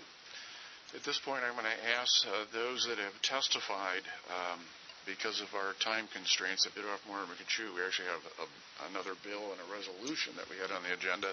For the committee's understanding, I just want to explain that we only have one more meeting to complete our work, and that's this Wednesday. Senator Smith's looking at me like I'm from Mars, but I believe that's correct. Senator Smith? There would be no meeting, Mr. Chair, would there be no meeting on Monday? No, I believe the calendar would say that the bills have to be resolved, and they got to be to the floor next week. So that means we need to complete our work, and we still do not know where House Bill 1100, which I believe will be a talker, is going to go.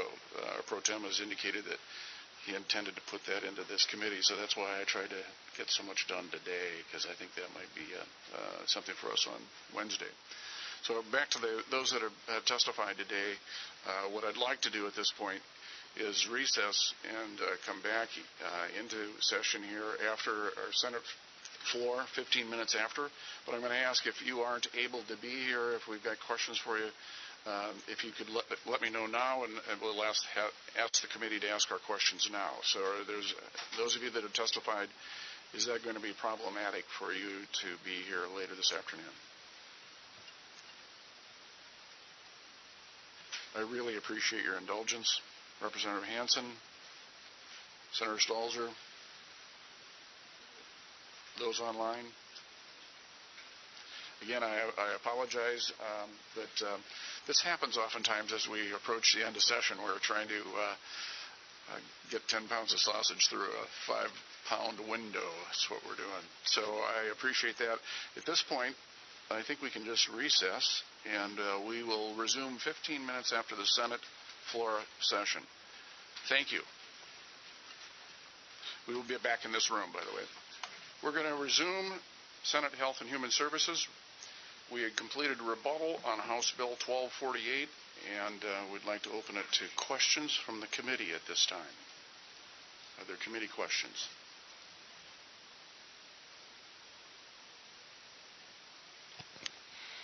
have a question for Representative Hansen.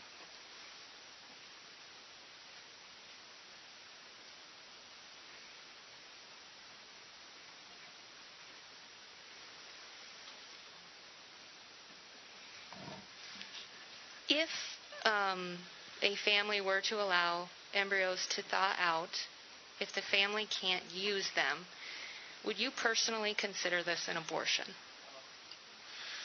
Mr. Chairman? No, actually I wouldn't.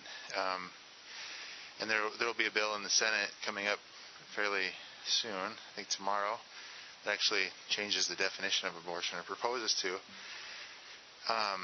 That definition would be the intentional termination of the life of a human being in the uterus.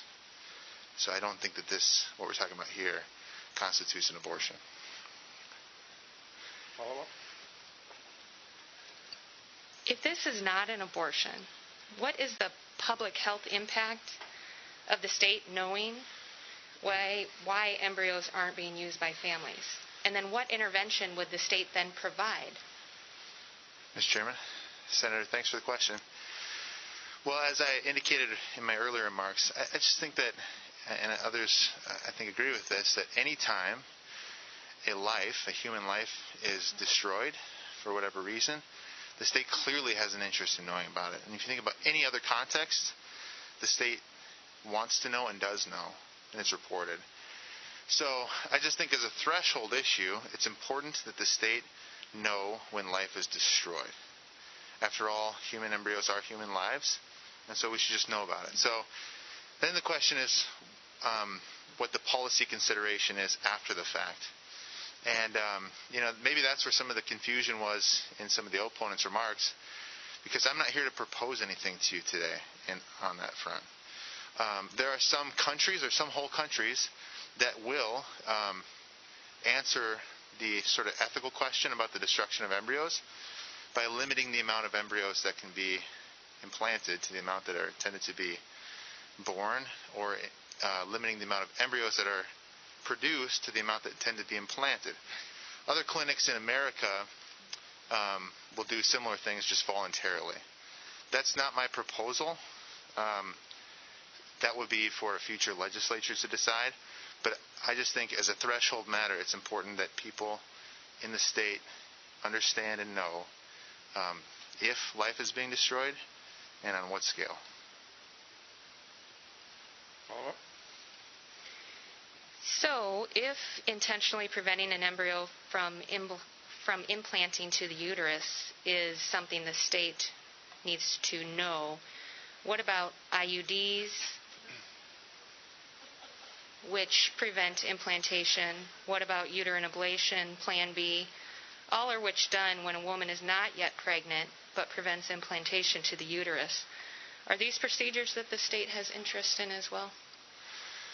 Mr. Chairman, Senator,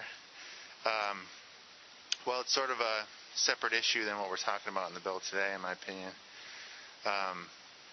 But there's an aspect of intentionality when it comes to any of these questions.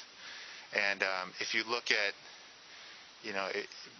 pull up the Planned Parenthood website on IUDs, and the Planned Parenthood website will list all of the I think there's basically 5 IUDs, types of IUDs that are available on the market today, generally speaking.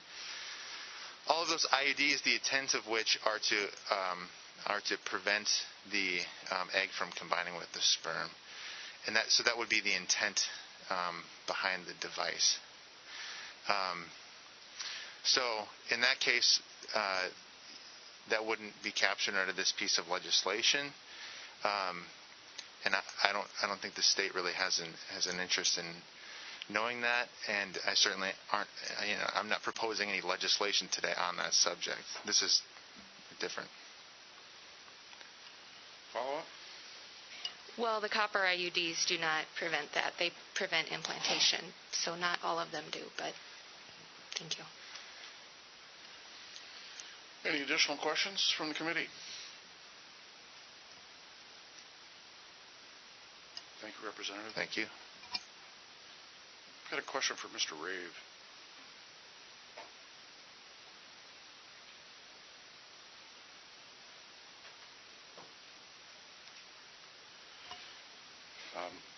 Mr. Rave. The question I have is how many embryos are produced? How do you determine the ratio to the number produced to the number implanted? Mr. Chair, Mitchell Rave, Sanford Health. Are you wondering maybe the number of viable ones that are normally implanted out of the entire grouping that is usually taken out, transferred out? Is that? Thank you. I'm not sure how to define viable, but if that's the way you want to answer it, please proceed. Thank you. So if your question is how many embryos will you use out of an entire batch transfer, I can't give you a specific number. For some, it can be, 50% maybe, but I think a number I've heard is about 25 to 30% are usually what they would determine as viable, as in they could viably become a child in uterus and be born. I think if I'm maybe could just add on to that in normal natural reproduction, there's studies that say only maybe 25% of eggs and fertilized eggs ever turn into embryos, and embryos that develop. So your real number is maybe somewhere around the 25 to 33%. Okay, thank you. The reason I was asking, and if I recall your testimony right, you said there's no benefit of having this information, and this information is about the number that are intentionally disposed of. I was just trying to anticipate if, in collecting the information to report, if there would be any benefit to understanding the ratios, because over time maybe you could improve the efficiency, and do you see any? You're not collecting that data internally right now? Is that true? Mr. Chair, to my knowledge, I'm not sure that they collect that data currently. I know that they clearly collect some kind of data on viable versus non-viable, but to the extent that they count every single one, I don't know. Okay, thank you. Additional questions from the committee? Then I'd open it up to committee discussion and/or action. Mr. Chair? Senator Duvall. I move that we defer this bill to the 41st day. Second.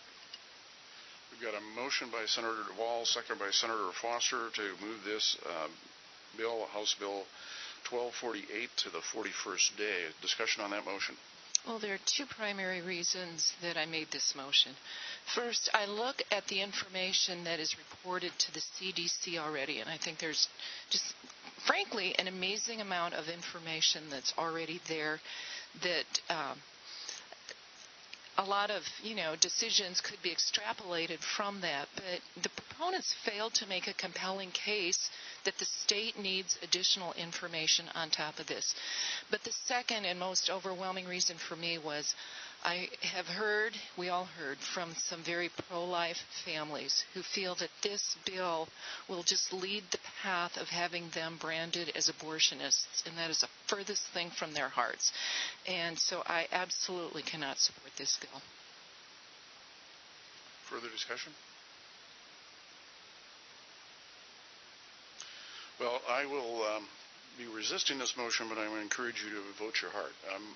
And this is not an easy one for me, I'll be real honest.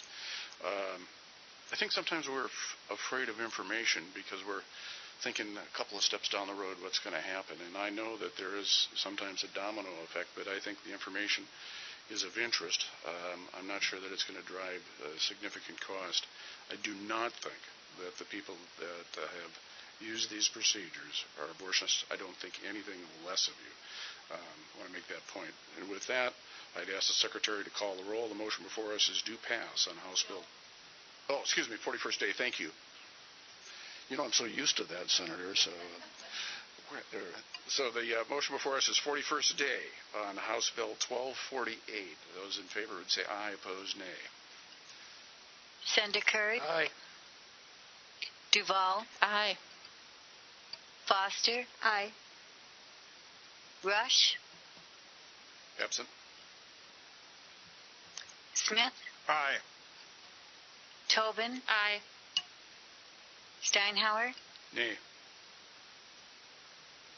We have 5 yeas, 1 nay, and 1 excused. All right, the motion for 41st day on House Bill 1248 is successful. The next bill before us is House Bill 1263, which is to provide price transparency for health care costs. I love the title.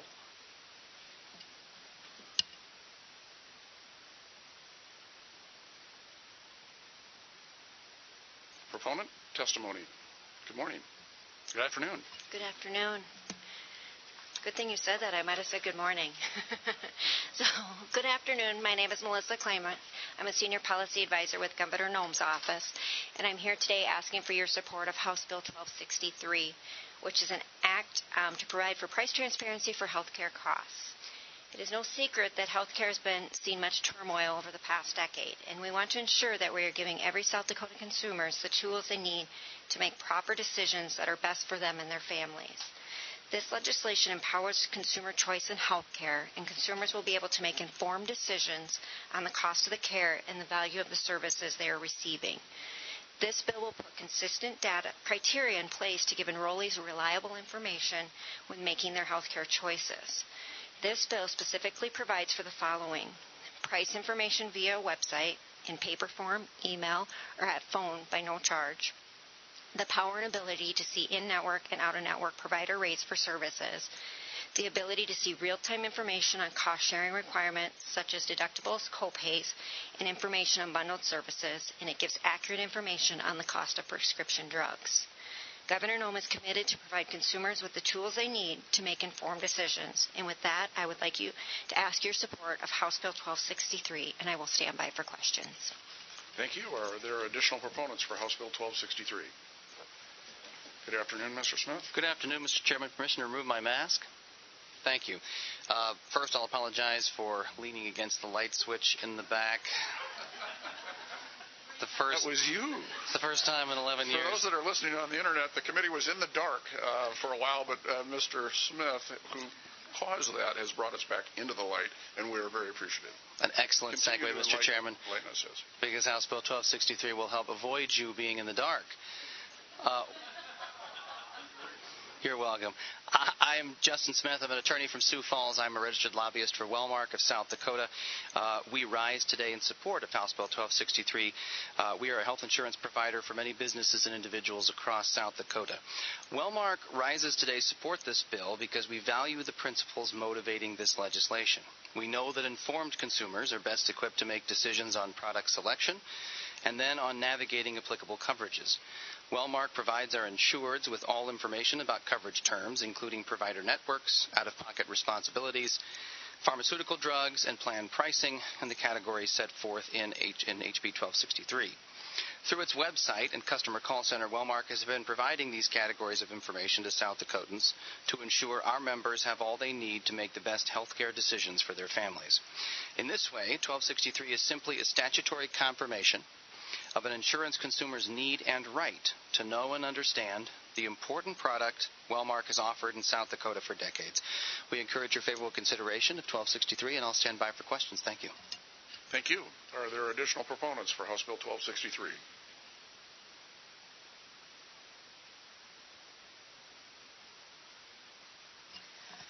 Mr. Chair, members of the committee, Deb Fisher-Clemens with Avera.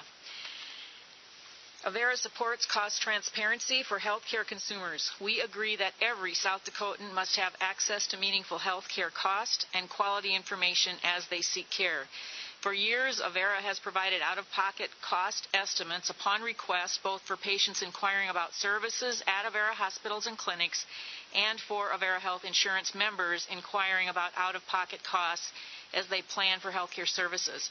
This past October, CMS issued a final rule requiring group health plans and health insurers in the group and individual market to disclose price and cost-sharing information to participants, beneficiaries, and enrollees. This requirement gives consumers real-time, personalized access to cost-sharing information, including an estimate of their cost-sharing liability through an internet-based self-service tool. The final CMS rule includes 2 approaches to make healthcare price information accessible to consumers and other stakeholders. Avera is currently working to comply with all of these requirements for our Avera Health Insurance Division. Avera supports this transparency legislation as long as it does not increase additional requirements than the CMS requirements that we are already working with. CMS has been very thorough in defining the price information that can be relevant to consumers, as well as creating a level set opportunity for data to be researched, analyzed, and assessed by entities looking to innovate in this space. Deviation and or addition to the current CMS rules will impose undue hardship and stress on an already COVID-embattled healthcare infrastructure and create increased costs for consumers. And we are confident this is not the intent of this legislative body. Therefore, again, Avera supports price transparency. We've already made our prices transparent for consumers using our hospitals and clinics, and we are currently working to create the additional transparency that is required of us for our insurance division. In January this year, Avera met the requirements for hospitals and clinics by launching a consumer-centric price estimator tool on our website that provides out-of-pocket cost estimates for shoppable healthcare services. We have met the federal requirement in doing that. Our goal is to put patients first, along with top-quality health care. That also means helping patients understand what they are financially responsible for as early as possible. We find that patients appreciate having this information up front, so they are not surprised by the bills they receive. And with that, I ask for your support of House Bill 1263. House Bill 1263. Thank you. Thank you. It's been a long day, certainly for me. Are there additional proponents for House Bill 1263? In the room, are there any online? Mr. Nelson? Mr. Chair, Eric Nelson with AARP here. Proceed. Thank you, Mr. Chair. Mr. Chair, members of the committee, my name is Eric Nelson. I'm with AARP South Dakota. I'm with our state office on staff and serve as our registered lobbyist. AARP South Dakota is a 50-plus membership organization with over 100,000 members here in South Dakota. On behalf of AARP South Dakota, I'm asking you to support House Bill 1263. We thank Governor Noem and her office for bringing this bill forward during the 2021 session. There are many things we like about the bill. Specifically, we support the bill because it requires the insurance plans to disclose cost-sharing information both online and on paper. You've also heard many other reasons detailed the benefits of the bill to consumers, specifically from Ms. Clayman, from the governor's office, and for the reasons stated previously and the reasons I just shared, AARP South Dakota asks you to support House Bill 1263. Thank you, Mr. Chair. Thank you. Are there additional proponents on House Bill 1263? Any others? Are there any opponents to House Bill 1263? Any opponents? Seeing none, we'll skip the rebuttal and move into committee questions. Are there questions from the committee? I always hate to be the one having questions, but this is for Deb Fisher-Clemens.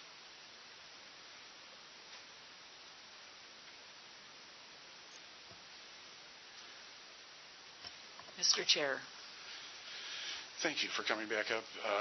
So I was listening to the House testimony as I drove up here in the committee, and there was a question asked about people that pay cash. If I remember the question right, or let me rephrase it, I guess, is an individual.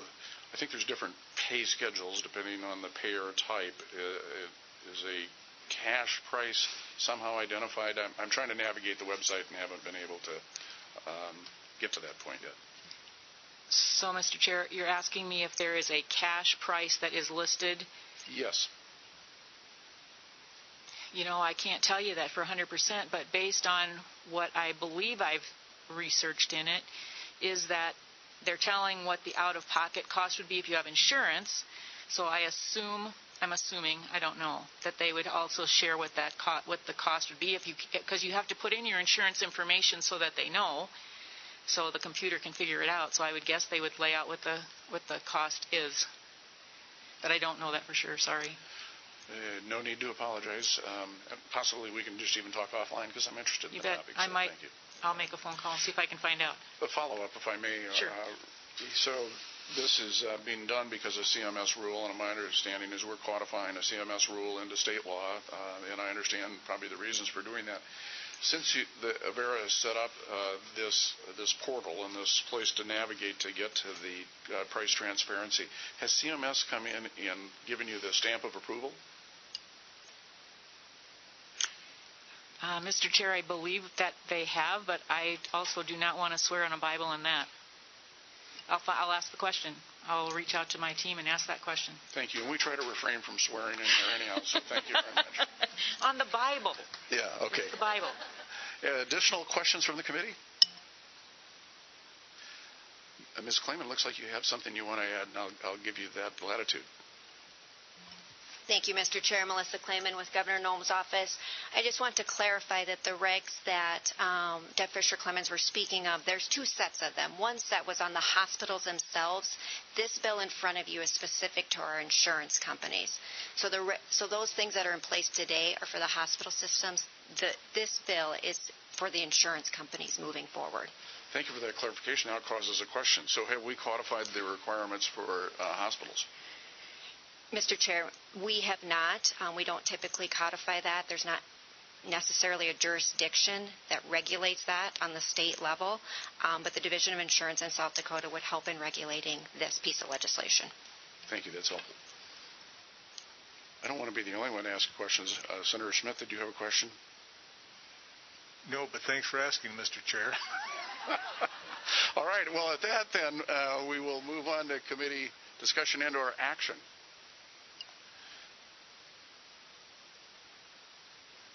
Mr. Chair, I move do pass HB 1263. All right, we have a motion of do pass by Senator Tobin, seconded by Senator Duval. Comments on that motion? Transparency is always a good thing, and this makes me excited to know what I'm going to pay, and I think it'll be good for other South Dakotans as well.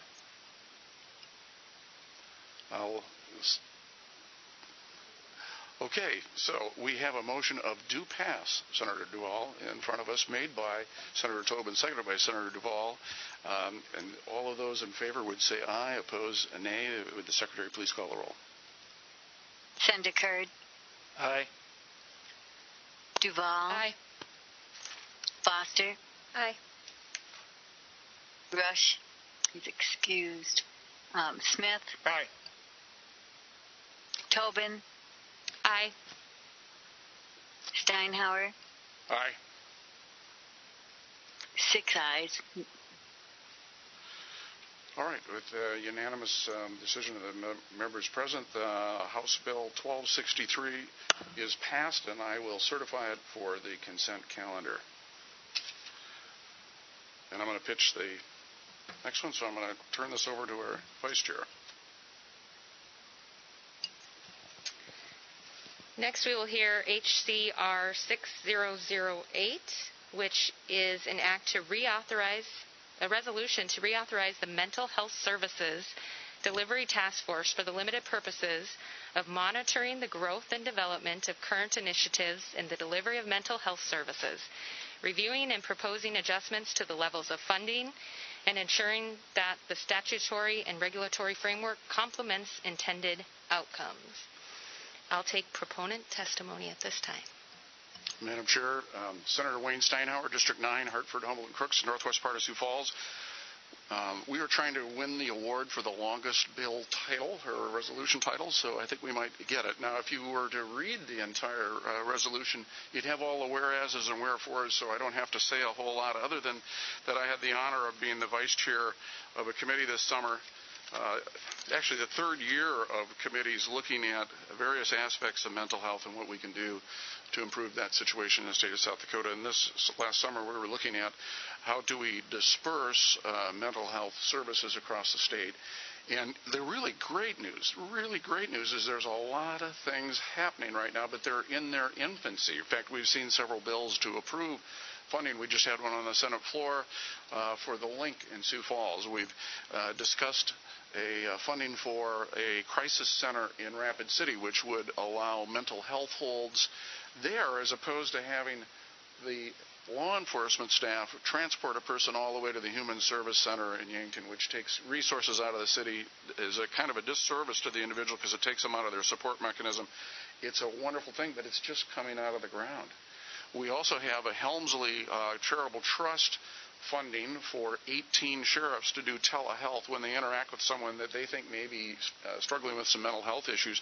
They can pull a person right up in front of them on a laptop and interact with that individual, and it's proven to be very successful. We're hoping that that will expand.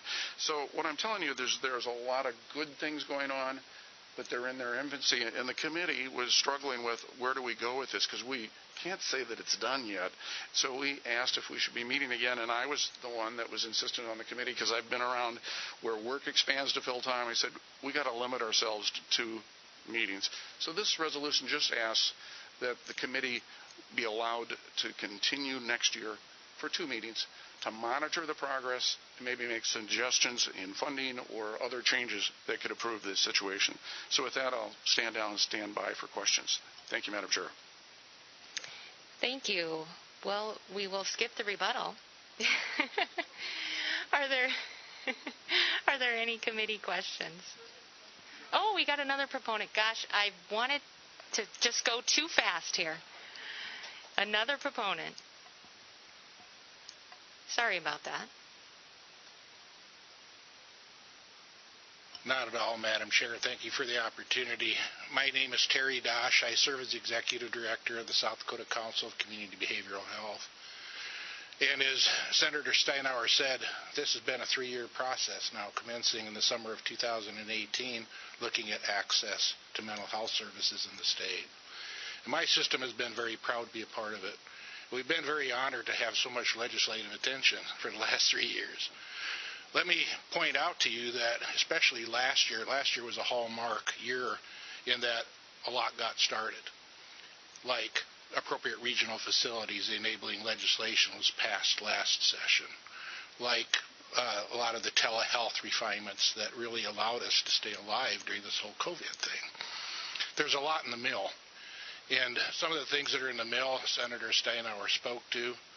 You know, one of the things that's in the mill is the Department of Social Services just recently released the request for proposals for designation of appropriate regional facilities, and that process doesn't complete until early April. Another thing that was in the mill is actually at this time the Department of Social Services is doing a comprehensive statewide needs assessment gap analysis on mental health services in the state. Wouldn't it be grand if we could all benefit from that and incorporate that back into what we're trying to do to improve services? So even though I sometimes think I might have to subject myself to our own services for standing up for measures like this, because it is a lot of work, we're in full support of this, and we hope that you will be too. Thank you. Any further proponents? Not seeing any further proponents, I guess I will ask if there are any opponents, since I forgot to ask that before. Any opponents? Okay, we will go to committee questions. Go ahead, Senator Duvall. Thank you. This is for the sponsor. And I noticed that the resolution says that these same members will be reappointed. And are they all willing to re-up again for 2 more meetings? Madam Chair, thank you for the question. To my knowledge, they are. This is a mental health group, and they're committed. Any further questions? Well, I do have a question for you, Senator. In the nation, we know that mental health needs are not being met. And in South Dakota, this would be what year that we've now, how many years that we've now had a summer study? Remind me. Madam Chair, last year was the 3rd year of summer studies related to mental health services in the state. So it might be reasonable that we continue down this path even more than just this summer. Is that correct? It's hard to say.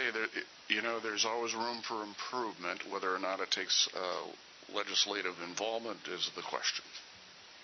Very good. Any further questions?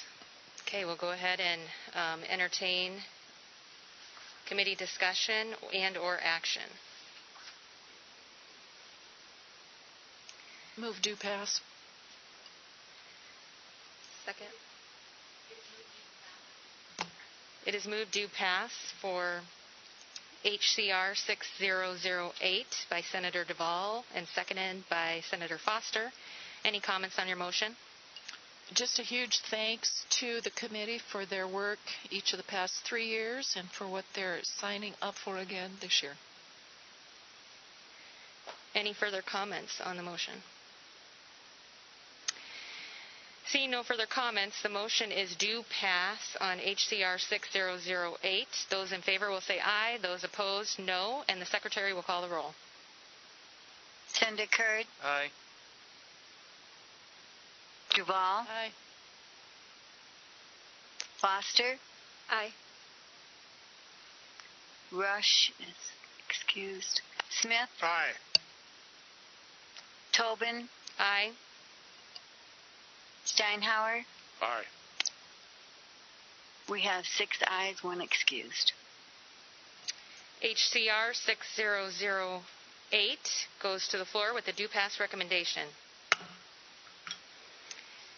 Seeing no further action on the agenda, I'll entertain a motion to adjourn.